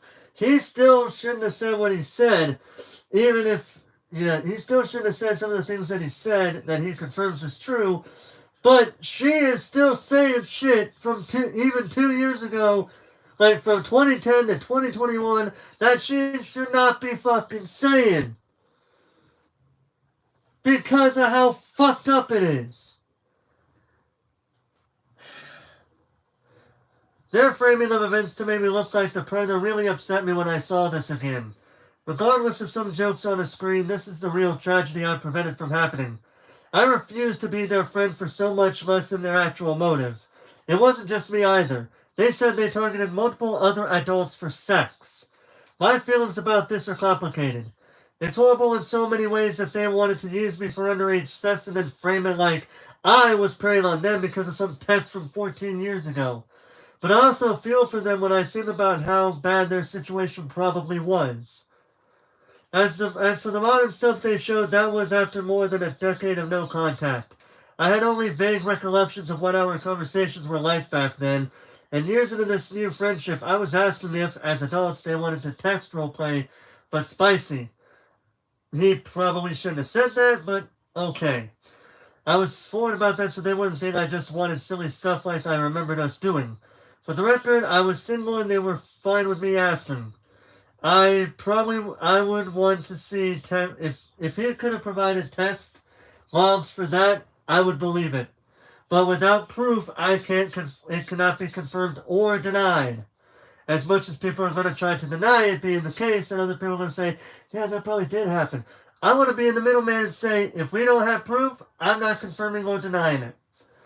It was the worst year of my life. Like, I was in a good headspace when I asked them for roleplay stuff. It was the worst year of my life. I think I just wanted to feel close to someone I cared about in that loneliness. She told me she liked / missed roleplay, so I thought it was natural to ask. Plus, by that point, we'd been friends again for years. It was 12 years since I cut contact. I didn't even remember most of our old talks, and we'd put our awkward past behind us. So any bad implications weren't exactly there for me. Save for the one time they ran into me as an adult, I have only ever known this person online. Nothing else ever happened. This was the first time I'd asked him for anything since learning what I liked. More on that in a second. If Lolly is reading this, I'm sorry I made you hurt. I don't think what I've said changes that. I mean it. Though I guess I'm surprised at this. We were friends up until this, got along better as adults, and I was glad to have you in my life without that inappropriate crush. It was basic knowledge to both of us that you were the one who wanted me, and I shut it down, and I even apologized last year for asking for roleplay stuff, and you said you forgave me and considered me a true friend. I don't really know what you were thinking. I didn't even remember these chats, so I was genuinely confused by what you'd even be speaking out about when I heard it was you. It hurt a lot to see you say that you don't know if I ever considered you a real friend. I told you that you were awesome and funny and smart. A lot. We got each other through difficult times. You were a bright spot in my darkest time, and I admired you for it. I spent your birthday with you. You mattered to me so much, and we just had a nice conversation about how much we care about each other right before this, too. I want you to know that I cried when I wrote this because it was the moment where it really hit me that I will never speak to you again. The hardest part of all of this was going through our chats to find proof of my intentions. In doing so, I opened a time capsule of a beautiful friendship that doesn't exist anymore and saw all the very real ways we helped each other. I wish you talked to me about it. I would have listened. I saw you as a friend for life. Please don't get angry at the person who posted those chat logs. They were looking out for their friend / my former friend, and it's possible they didn't have this context either. They were being a good friend, and I agree with that. It's like what happened with Dan of Game Grumps. Dan of Game Grumps fame. There was a situation a few years ago where somebody was accused, where this one person was was willing to help another person out, and they said that the person in question was accusing Dan of grooming her, and they showed proof of what they showed evidence that supposedly supported their claim. And I say supposedly because when I looked at it, things didn't really add up. So, and I even said that, grooming is bad, obviously. Nobody should be grooming, no adult should be grooming a minor, but I'm not seeing anything in this evidence that is telling me he groomed her. Because there are certain things that didn't add up, and I even pointed that out, and then I just said my piece and I moved on. I don't know if anybody liked it or not. I don't know if anybody blocked me because how dare I state my honest opinion. But yeah, I remember that. And I'm using that as an example for this. But anyway, me at 19. I want something else that speaks to me, that speaks to where my mind was at when I was 19. I didn't want to open up about this at any point, but it's a part of this now. I've mentioned in the past that I didn't live the happiest childhood. Due to an especially traumatic time when I was assaulted as a child, I was left unable to enjoy sex until well into my adult life. The idea of anything sexual beyond edgy teenage jokes on the internet was foreign to me at 19, and I think my awkwardness shows it. While I may not know why I sent every little I am 14 years ago, I know what state my body and mind were in at the time, how I struggled with comprehending anything sexual, and how it hindered my attempts at relationships. Even with people I was comfortable dating, I struggled with concepts like them seeing me naked or enjoying sex for years after that. You can see this in my videos with how inept I was at knowing about sex for so long, or how I could say unfortunate things and not know it. If you want proof, watch a particular Mario Party video that Chugga Conroy, Proton John, and Nintendo Capri Sun did. And if you watch that video, there are so many moments of sexual jokes there. And there's like moments where Chugga Conroy said things like where he says things like, "Can we do Daisy on hard?" when John was messing with him, but Chugga meant the difficulty of the love of the AI and not doing her. You also had that moment where he just randomly spews out at one point in the mini game where they're playing that one mini game where you're in a box and you have to run from the spiny shell, the spiny Koopa, whatever you want to call it.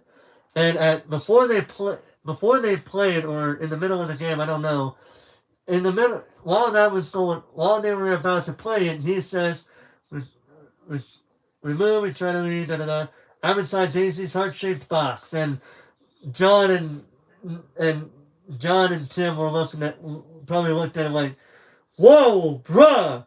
And even John's like, "You know what that is, right?" And he's like, "No," and he's talking about all this stuff, and he's like, and John even says, "No, I haven't. I'm sorry, I just have an innocent mind." And John's like, "Apparently, based on all the Morningwood comments, you're totally innocent." They had a bit of a laugh at that, but I'm just saying that for a reason.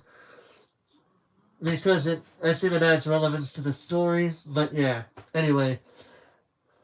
This is also why I didn't shut things down sooner, and how I didn't think of what their overtly sexual messages could mean. Besides people just being dumb as fuck at 19. Yeah? I had no experience or understanding of sexual situations. It took my mom pointing it out for me to see what was going on. I just matched the vibe of my funny friend until it became too much, and then I left.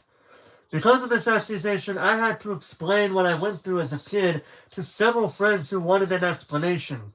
It was humiliating and excruciating to relive it with them, and I cried every time. I was trying to essentially train myself to publicly tell every detail, but it became clear after enough hard cries and nightmares that I wouldn't be able to do that and be okay. It brought me back to terrible places. I thought I was done with. I was doing so well at not letting it affect me for a few years now, but this dredged it all up. And now I'm here telling you. It's out there forever now. I'm sorry. I know it's a lot. So I'm going to read what he's saying this.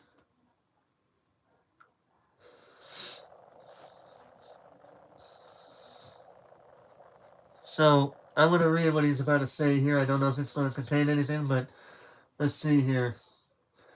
It's humiliating to tell you even this much. In order to be believed, I have to tell everyone about my childhood trauma, my sex life, my health issues, my breakup, what went on in therapy, the mental ward, how my accuser wanted to use me for sex, and how I almost died because of this. It's extremely painful to talk about. People think they're owed that from me, and no one will listen if I just say I didn't mean that or I was only a teenager. And that is true, because people will say that was an excuse. This is the price I paid to show I wasn't preying on someone. I refuse to call it a win that I could explain myself in this way. I didn't win when I went through that. After my recent psychological training, I think my childhood trauma is also how I went through so much of life, feeling that there was a clear line between my kink and my interest in shoes. Also, just how normal the role play felt. I had only my interest for most of my life. My role playing started innocently long before I enjoyed anything physical or even knew I had a kink. All I knew for a long time was I think shoes are funny, and I didn't think it was particularly strange that I worked them into stories or talked about them so much. I wouldn't. Now, some people don't have a foot fetish and they think it's weird, and, that's on them. If you have a foot fetish, you have a foot fetish. I personally don't have a foot fetish, and I personally find it weird, but you do you, but you do you. But anyway, I would act out stories about my own shoes when I was little and just never really stopped doing things like that. It's also where a lot of my sense of humor has always been, and it really was just a joke for many years. The realization that there could be some crossover happened much later in life. I compartmentalized things into what was sexual and what wasn't. Probably because I did it for so long without a kink and thought I could go on separating those things by not saying anything arousing for me. It was just very messy and flawed logic for a lot of reasons and intertwined with something I struggled to make sense of. I definitely needed psychiatric help for this, and I'm really sorry to everyone I hurt because of it. Enjoying sex is still a problem for me at 34, depending on how much I'm reminded of my past. My ability to enjoy it has only existed for a few sections of my life, and I still go months to years without it. I wouldn't even say the kink I mentioned is that strong these days. It's been a long time since I last enjoyed it. It's also associated with trauma now, so I don't think I'll be into that again for a long time. It sounds gross. When looking at the full picture of his accusations, I want to take this moment to say I've never assaulted or threatened anyone. Every single thing shown was entirely in text messages and fiction. It went no further than that. I feel that wasn't acknowledged much in the heat of all this. I guess it is pretty weird. I don't think I deserved to nearly be driven to suicide, to have so many personal details revealed, or to watch the health of people I love decline. And then for the harassment to continue after it got to that point, especially when I took this seriously, long before anything became public. I also absolutely made the right decision to leave that toxic friendship that wasn't fair to Lolly, and I already made that choice 14 years ago to the month. Every single issue here was already resolved privately a long time ago. My visit to the mental ward. Warning. Talks of suicide, health issues, blood. Yep, you have been warned. He gave you a warning, and I gave it to you as well, so you have been warned. I will be vulnerable with you here, as I hope it might help someone. Seeing the online speculation about me unfold caused me so much stress. I lost 8 pounds in a week, developed internal bleeding, and was in the ER twice for blood loss. I would use the bathroom and then lose feeling in my hands. Even worse, they kept needing to take more of my blood every day to test me for my existing health issues that were worsened by this situation. They had to put me on medication to knock me out every night, and I'm still dependent on it. Shortly after you last heard from me, I had dreams and thoughts about ending my own life. I felt I didn't deserve to live, that my life was already over. My mother's high blood pressure was exacerbated by my suicidal ideations, and her health worsened too. She was in the ER twice and only just recently started to recover. Ironically enough, last night I watched a video of Tim posting an update on Trevor Conroy, and where he said Trevor's alright, but then Tim talked about him checking Emil's mother. And that's when, and everybody was saying, oh man, it sucks to hear his mother going through this. Going through what she's going through, it sucks, And it does suck. It don't matter what caused it. The fact that she's going through it just sucks. If you don't know what she's talking about, I can play that clip, because it's a very short clip. I can play it real quick after I'm done reading this. But yeah, anyway. When I first called my mom about it, she asked me to hang up and call the state suicide prevention hotline. Some kind folks came to my home, I told them my side of it, and they placed me in a mental ward for my own protection. I spent a night in a holding facility awaiting care at one point, which was the worst night of this entire ordeal. It was 4 concrete walls, not properly heated, all alone with my own thoughts of how I wanted to die. But it started to get better after that. Everyone on the inside was kind to me and didn't judge. They understood how people could misconstrue several things about me. It wasn't easy, though. I cried for my friends many times, not able to know how many of them still liked or cared about me. While in care, I learned I hadn't been okay mentally for a while and didn't understand some things about myself. Something my friends were worried about before this all happened. I found out I had undiagnosed psychotic depression and a chemical deficiency in my brain. It explained a lot about my life up to this point.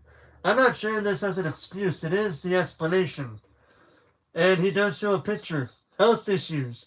Note, this information comes from medically coded diagnosis for your visit and may not be available at the time this detail bill is printed. Major depressive disorder. Recurrent, severe with psychotic symptoms. Suicidal ideations. Hyperlipidemia. Unspecified. Other long-term current drug therapy. I could stay bitter/sad about things for years. I handled crises poorly, and my textual play behavior would crop up in times of crisis. I now take medication for this depression. Heck, just being aware I had it made it so much easier to know what to do and catch it in the act. As a result of my training and reflection, I realized social knowledge that I was lacking. Another behavior that got me into trouble was that if a conversation went far into a topic and the other person said they were fine with it, that would become the new limit. I thought that as long as I explained myself and got an okay, we were all good.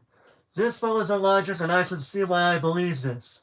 But I understand now that depending on the person, it can get to be too much if we go there again and again. I want to thank another patient in the psych ward for pointing out that I got stuck in mental loops during a crisis and helped to snap me out of it. If you're reading this, Destiny, you really helped me. And I only wish you were here sooner because you put it into words that finally got through to me. I think I need to go back in time a bit to talk about my mental health. Back in 2021, which those messages with Lolly took place on the Discord, I went through many hardships all at once, and it still stands as the worst year of my life.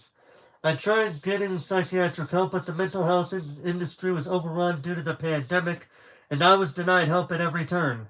At one point, it took my healthcare 9 months to get back to me, only to be told, sorry, there's just nothing available. Similarly, I was physically cut out from everyone I knew and lived alone in my house for months. The only help I could get from this in 2021 at all was a phone service that sponsors YouTubers, and honestly, it didn't work, and I now have a low opinion of it.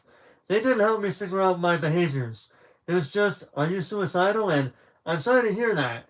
They even encouraged my role-playing with friends as a fix for the hardships I was going through. That was how I got back into it after a long time and was pushed me to ask Lolly as an adult. I'd had a few bad years and think I just made some bad calls. My counselor there didn't know about the internet, only listened to me for a few months, and then recommended I leave so their schedule could fit in more suicidal people. I didn't realize until 2023 how cruel this was or that I still had lasting trauma from 2021 until a friend told me I wasn't okay. I think all of this had a lasting impact. I was operating for the last 3 years without the psychiatric help I really needed.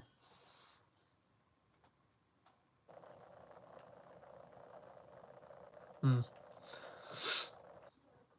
How I've been. I've done a lot since you last heard from me. It wasn't all bad. After getting out of the psych ward, I left home and went to live with my girlfriend. I like to think all my good luck went into having her around. We had rough days during this, but she was so caring, didn't judge me for mistakes I made years ago, knew what decisions were healthy, and never stopped believing I wasn't that same person any longer. You are the greatest, sweetie. Honestly, he could have used any bit of support he could get to help him get through this situation, if I'm being honest. As soon as I felt stable, I took care of her because this situation affected her a lot too.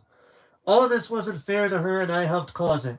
For both our sakes, I cannot and will not make a mistake like this again. Actions speak louder than words, Emil. I'm just going to say that right now. Back to his statement. I work hard every day to make sure our future together can be a happy, comfortable life. We had a particularly memorable night where I opened up about the full timeline that got me here. I cried a lot, but by the end of it, we were acting like things were normal again, laughing and making fun of each other. It was a big turning point. I think it was the moment I finally forgave my past self. I didn't get another job, but instead lived as a house husband, making sure everything was taken care of for her. My care made me a better chef and gave me a greater understanding of what she's always done for me. I had some struggles with spending every waking moment writing down video ideas because it was the only routine I knew. My girlfriend liked that I was passionate about something at first, but later worried because it put pressure on me to consider a return in videos. She was right, but stopping was an especially difficult thing to do. This craft had been so much of my life up to this point, and I've always loved the joy it brings to others. It gave me a strong purpose. I just kind of sat around for days, not knowing what to do with myself. About 2 months into being gone from the internet, I began wishing I would be killed. I didn't want to do it myself anymore, but I felt like it would bring an end to my suffering, that I could rest easy believing that. I felt like without my ability to entertain, I had no place in the world.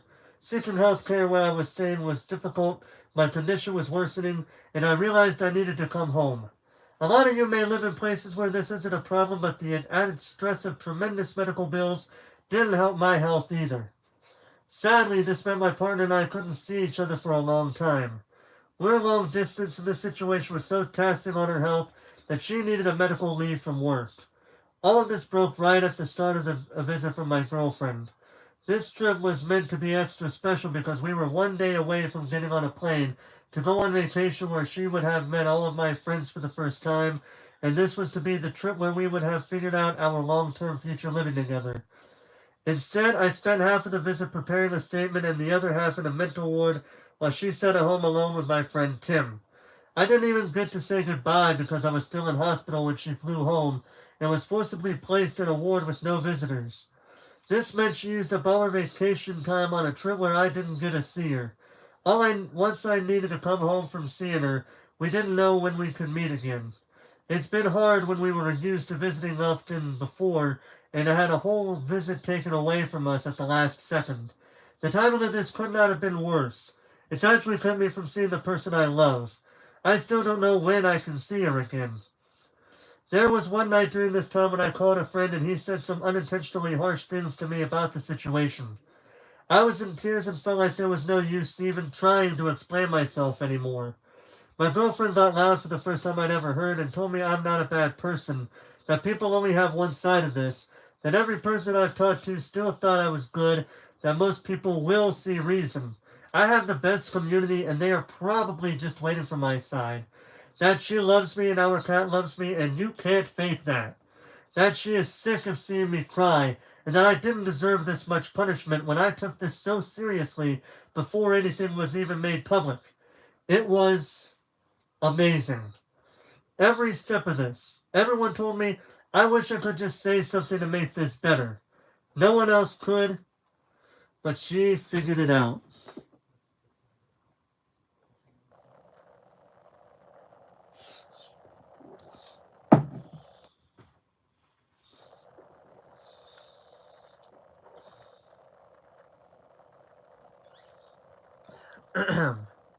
Moving forward, I'd like to make a note of my friends.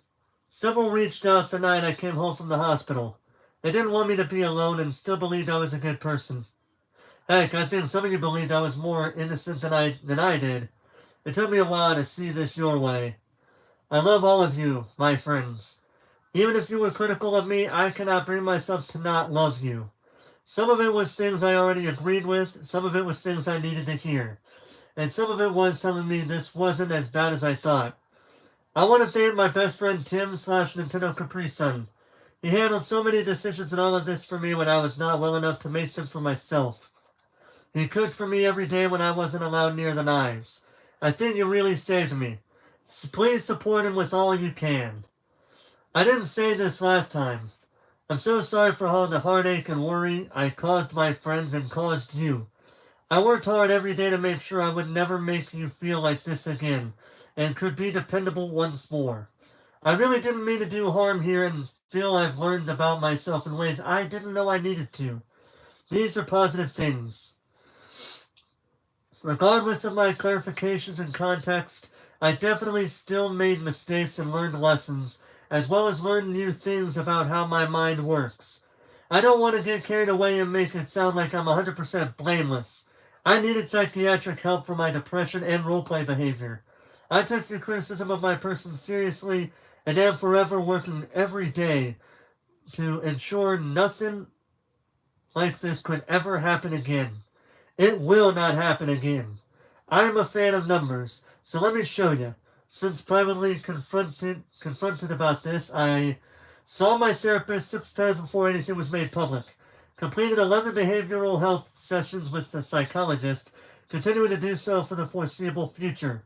Spent 5 nights in a mental ward and have met with my doctors twice since then. Read numerous medical articles to understand my conditions better and how to avoid mistakes. I've never missed a dosage of 4 medications and supplements that better regulate my brain activity. Have not ever wanted to roleplay again. Felt more self-aware and cognizant than at any point in my life up to this point. I can be absolutely certain I would never disappoint you like this again. And I say that knowing you will hold me to a higher standard than ever. I have and always will continue to give it my all in the psychiatric help I sought out. In my mind, nothing after my apology changed that I meant every word and was already in the process of making good on all of this. Months before anything went public. Some of this I learned and grew from many years ago.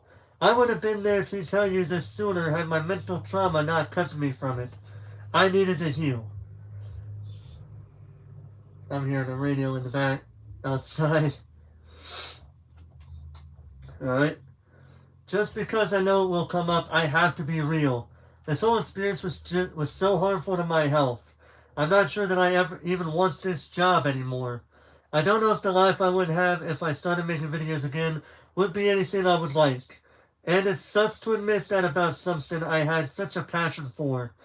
It's something I would have to think about for longer. What little creative energy I would have always go toward this and not some fun video I wanted to make. I cared more about telling my side of it, fixing my problems, and improving my mental health. I'm in no state to perform, so don't expect me to show up at any events. I think many of you will still have criticisms for me. I anticipate many jokes at my expense too, and that's okay. I wouldn't have come here today if I didn't know and accept that. Thank you. That's all I wanted to say. Please call the suicide prevention hotline in your area if you are struggling. Right now, it worked for me. Maybe this situation can save a life, and then I can say my pain was worth it.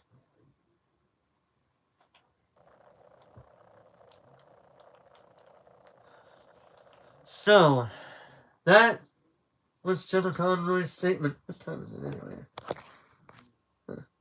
So that was Trevor Conroy's statement that he made earlier today. What do I think about this? In all honesty, I think it's a mixed bag, if I'm being honest.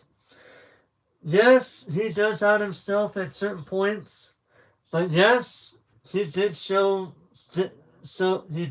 text logs that basically show she was messed up in her head, as well as, she was messed up in her head. Because I mean, when you say that you at that age of 14, 15, 16 years old, that you were trying to get with adults to have underage sex with them, that is fucked up. Okay? There is nothing there. And the fact that she even acknowledged in that text log, on Lawley's text logs, it even says she even remotely remembered he was feeling a bit, he was feeling not okay with what she was doing, and yet she outs him as the pedophile. She knew he didn't like what she was doing, but still using some of those text logs, she still painted him as a pedophile. And don't forget, she was also the one that said, if I could rape, I would. I remember that in February. I even showed proof. I even showed that on the community post when I was talking about it. To me personally, as far as Chugga and Masae go, that is just swept under the rug. That is what it is. As far as Emily, as far as Emily goes, I cannot say anything on that one because I never read her side of the story before. And I don't want to make a judgment call on that before I read her statements, if I ever find it. But as far as Chugga and Lawley goes, yeah, she definitely messed up so much more. Yeah, Chugga shouldn't have said some of the things that he said, and he probably didn't realize he shouldn't have said it until after the fact. But she said some weird shit on her own end, and I'm now more tempted to say she was just as fucked in the head as he was. Because if he was saying certain things and he acknowledged that he said them, but he still shows, but if he still acknowledges it, that's on him. But if she's going to say, I was trying to get with older men to try to have underage sex with them, that's like those fucking Teens Gone Wild shit on Maury. Yeah, it really is. I even showed you guys that text too, in case you didn't believe it. Because I knew people would be like, well, where's the proof? Well, I just showed it to you. Now you'll have to find it in the stream because I did show it. Yeah, have fun trying to find it. But yeah, in my book, Chugga Conroy, you still said some messed up things. But in my book, she has no right to claim bullshit either.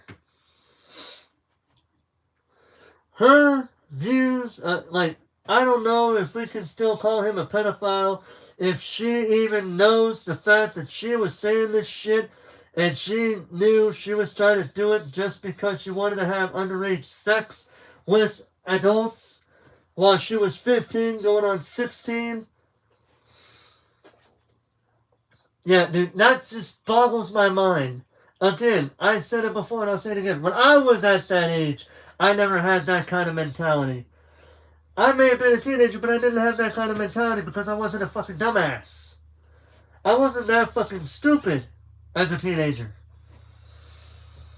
Of course, people have to take my word for it because they don't know what... All they know is what I was videotaping when I was a teenager back in those times. Like, back when I was in 2010, I was 15. When my first video came out, I was 15. I was 14 going on 15 about a week and 6 days after the fact. Now, it's just crazy to me personally. So the way I see it, Sean Connery messed up on his own and he acknowledged it. But she also messed up just as badly, if not more so than him. And I will still hold her accountable for her words. And if people got a fucking problem with it, I'm just being a realist. I'm not going to hold one person accountable and say the other person gets a pass because they're a minor. If she said questionable shit, she is going to get some. She's going to get some talking to as well, just as much as him. So yeah, that is my thoughts pretty much. Let me know what you guys got to say. I read the whole thing. Let me know what you guys got to say about it. I will post a link to the Twitter page that I read this Google document on, so you can read it for yourself and come up with your own conclusions. But if you want to, you can also tell me what you thought about it in the comments down below if you want to as well, because I'm very curious to hear what you guys have to say about it. But for the love of God, please no fighting. If I see fighting, I am going to be deleting comments. So don't do it. With that being said, thank you guys so much for hope you guys. I'd like to hear what you guys have to say about it. Thank you for watching, hearing my thoughts on this. Until next time, ladies and gentlemen, this is Forrest Walpole, signing off.